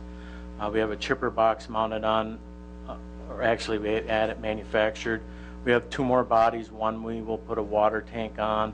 The thought is to eliminate our old water tank truck for the ice rink. We'll see how that, there might be some logistical issues with anti-icing, whatnot, and timing of it, but maybe we can have our park staff come in a little bit earlier. Most times we're anti-icing during the day. So what this is the next step with that truck chassis, and we want to go to a traditional dump body with tailgate spreader and pre-wetting, so that we can use it as a traditional dump truck as well. And then the next item is number 26. Is we're just looking to replace the dump body. It's something that should have been addressed a number of years ago already, to be honest with you. And again, our maintenance staff is, you know, capable, and we toyed with the idea of removing that box and just trying to repair it. But we decided that we could carve out 20,000 so we can get a stainless steel body for it. And what we're looking at doing is we replaced a grader in 2014. We have 2 graders. We're pretty confident that if we have just 1 grader, it would be sufficient for us to meet our needs. Maybe someday we might get back to doing some more street construction. Right now, most of our activities are concrete related, not as much asphalt. The other primary use for that would be scraping ice or removing snow downtown. We've altered some of our snow removal efforts downtown utilizing just 1 grader. So we're looking at replacing a grader with an end loader and go with a quick connect bucket and wing. The guys love them as far as snow plowing. We have 2 already. So it would, you know, the grader right now is also used for plowing snow, obviously in the wintertime. But going with a loader would be much more efficient, faster. I know there was some concern about weight, down pressure, but there again, we have the 1 grader to take care of the water breaks, you know, when we have to get on scrape ice. So, and to depending upon how things go, we're looking at actually taking 2 vehicles, replacing 20 and the grader, providing we can get a decent quick connect system for the bucket for being able to load salt. So that's sort of our hope, is to be able to take 2 pieces, the grader and the loader, and combine them into 1 unit. In addition, we're looking to replace an old skid steer. We have 2 of them. Very handy, very versatile, highly used piece of equipment that goes out all the time, and it's time to upgrade that, and we'll look at some additional attachments to make our life a little easier. The next item is what we're looking at doing here is we have the finance van, and we have an old, I think it's a Lumina. These 2 vehicles get used rarely, and when they do get used, they never start. So we spend time, getting them ready to operate. And our facilities tech individual right now is running around with a Colorado pickup truck. We were looking at maybe trying to get him a cab and whatnot, and just again trying to use our money wisely. We've just held off, and what we're going to do is just get him a van, and then the vehicle that he's using now, the Colorado, will be sort of the administrative vehicle. It'll be the overflow one if finance needs it, IT needs it, somebody needs a vehicle, it'll be there. And it's a truck, which then makes it more makes it available for us to use it then too as well. Park 6 would be 3006. It's just a 2-wheel drive truck. We may look at going 4-wheel drive. It's 2000. Not that long ago we stuck a bunch of money in it. We maybe shouldn't have. It's falling apart. There ain't much left to it. So we're going to move that out. We need to get a new brush chipper. We had an issue this past fall. We have 2 of them actually. We have an old Vermeer, which is probably 25 years old, maybe 30 years old. It's a backup. And then we have a newer Vermeer, or Bandit. But we had some issues with both of them in our brush collection week, and the town of Menasha was gracious enough to loan us. We sort of swapped services a little bit this summer, which was kind of a nice thing. And so we're in need of getting a new chipper. So that's what that's in there for. And then last but not least is we're looking to replace our primary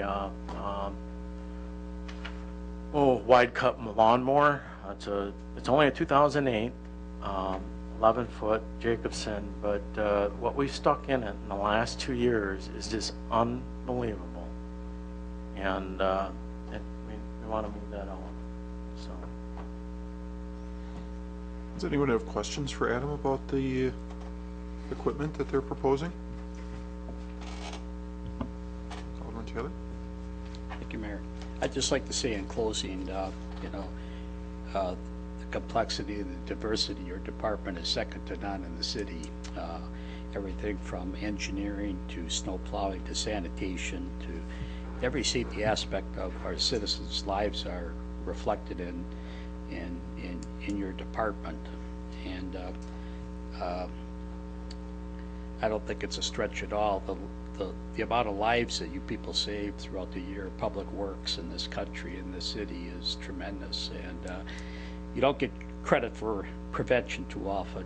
And but I work with a company of 300 employees, and they come from a 50-mile radius from Shawano to Walpaca to Manitowoc, from Fond du Lac, and all of them say when you get to Menasha, you know when you're in Menasha because of the street conditions in the wintertime. And I hear that a lot. And I know you guys have a tough reputation to keep. You've raised the bar very high through the years, and I know it's tough to stay at that. So always caution on the side of safety. No one's going to scream if you guys are out there putting something down ahead of time and something doesn't happen. And certainly with your brine solution that you put down when you stripe the streets, it's not only a great tool that works against the adhesion of the snow to the surface. It's really an advanced warning system. A lot of us, you get busy and you're not listening to the weather reports in the wintertime, and all of a sudden you go out in your car and you see the streets have these white stripes on them, and you pay attention and you realize the next day, and I hear from people at work, they go, well, Menasha's got the street stripe today, there must be something coming. So I think it gets people thinking for the next day too, which might be an icy morning or something, and so it works in many different ways. And hats off to you guys. It's the toughest department I think we have, with the most diversity, and going from snow removal to leaf blowing and pick up and garbage in the same day is Thank you. and you provide a great service for the amount of people you have. Thank you. Any other questions for Public Works? Thank you for coming tonight. Appreciate it. And we'll move on to the last couple budgets. The next one is the mayor's budget. It's on page 3. And really the only change in the mayor's budget is the distribution of the deputy clerk's position. She was budgeted almost half-time in the mayor's office in the past, and now she's budgeted basically 20% of the time. Otherwise, the budget is pretty much the same. Does anyone have any questions on that budget? No? The next one is the Common Council budget on page 31. And I believe there's very little, if any, changes to that one as well. We did increase the, oops, where is it? The publishing. We've had a lot of additional publishing this year, but otherwise everything else is pretty much the same within that budget. Are there any questions on that one? No?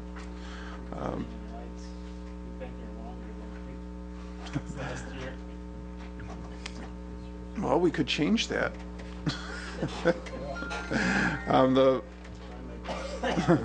The next budget is a civic commemorations budget. This one has the fireworks as well as some new Christmas decorations in. We didn't purchase those this year. We still plan on working on doing that for 2016, so no real changes in this budget either. And any questions on that one? The steam utility budget, we had, is that this, where did it go here? 39. We had a permit that we had to pay for. It was a DNR permit that crossed over the time frame, so that should be the last expenditure. So that's what that money is. And then on page 164, we have a pretty basic budget for the farm market. The farm market is self-supporting except for $3,000 within the mayor's budget for some staffing. Anything changing with the farm market? The Management or? the manager has retired. Okay. Well, not quite. She has a day or two yet to go. She's cleaning up the last couple things. We have hired a new person to come in to replace her for next year. Otherwise, Stays in the same location. I hear all these rumors, not that I spend a lot of time at the farm market, but. I don't have any plans to move it, but that would be up to the farm market manager if she would choose that she'd want to propose that it would be moved, and we would talk to her at that point. Her name is Allie, I forget what her last name is. She's a culinary arts student at Fox Valley Tech right now, and she is not right now. Her fiance has a long Menasha history, and she and him are looking for houses in Menasha at this point. So he just came back. He is working for Hoffman right now, and actually did his thesis on Menasha. So, you what? He did a thesis on the potential of the Jefferson Park and public works facility area within the city and different uses that could happen in those areas, so. It probably is. It was featured within the UWM newsletter, so I'm guessing it should be a public document. So one last question before we go. I don't know if you've noticed that the city of Appleton has approved the Expo Center room tax changes, and they are looking for us to also approve those changes or debate those changes. They're asking us to do that on November 16th, which is our next regularly scheduled council meeting. They are offering to come in on either the 9th or the 11th if we have questions or would like to speak to them before that as well. And I'm not sure what the desire of the council is, if they would like Appleton to come in and talk about the Expo Center again and the management agreement and what they've passed and what their plans are, or if we'd like that to happen at the 16th. Alderman Taylor?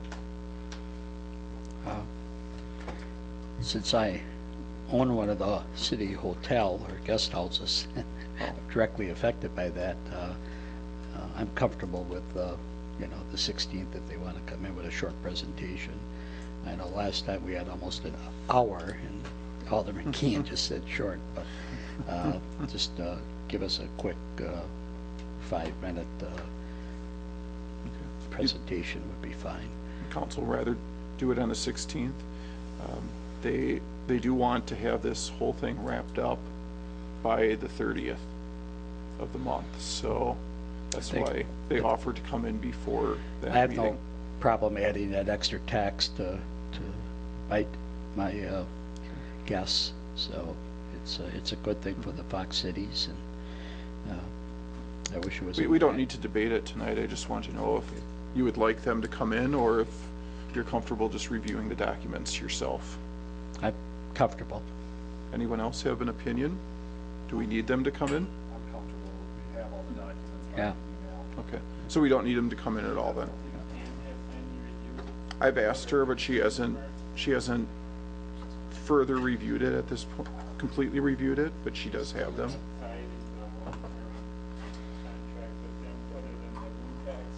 This is just the room tax. It has no other bearing on us, yes. Out by the college out here, the facility that rents rooms. The UW Fox Storms? Fox Storms. I don't know what their position on it is, but that's our other resource of that Sure. source of funding. I haven't spoken to them. Okay. I've heard from a couple of hoteliers that they're they approve of the document and they are requesting that we would approve it as well. Okay. So I will let Karen know that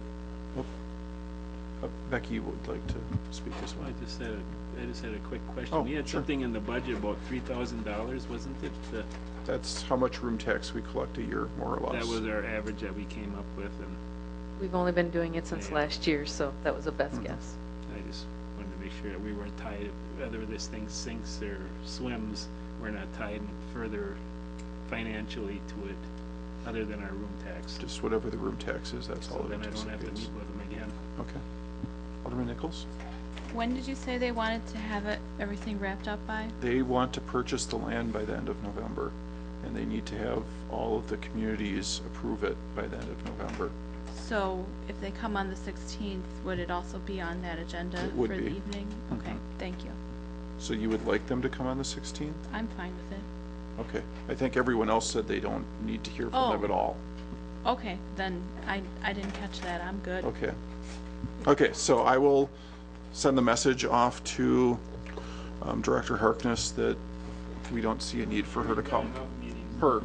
She's got enough meetings to go to. Okay. She'll be happy to hear that. Alderman Taylor? The mayor had sent me the council budget ahead of time, and I was looking for direction tonight from the council on that. The only thing I care about is when this body meets that we should be televised, and if we have some extra meetings, I don't know if we want to put money in for that or if we take it from community stormwater, there we go, and we're probably part of that, or civic commemoration or something, but I don't want to hear at some point that there's no money to have a televised meeting. So if we need to adjust that, Mayor, we can do that for a couple extra meetings, but I just want the citizens and the people that pay for this community to be able to watch their government.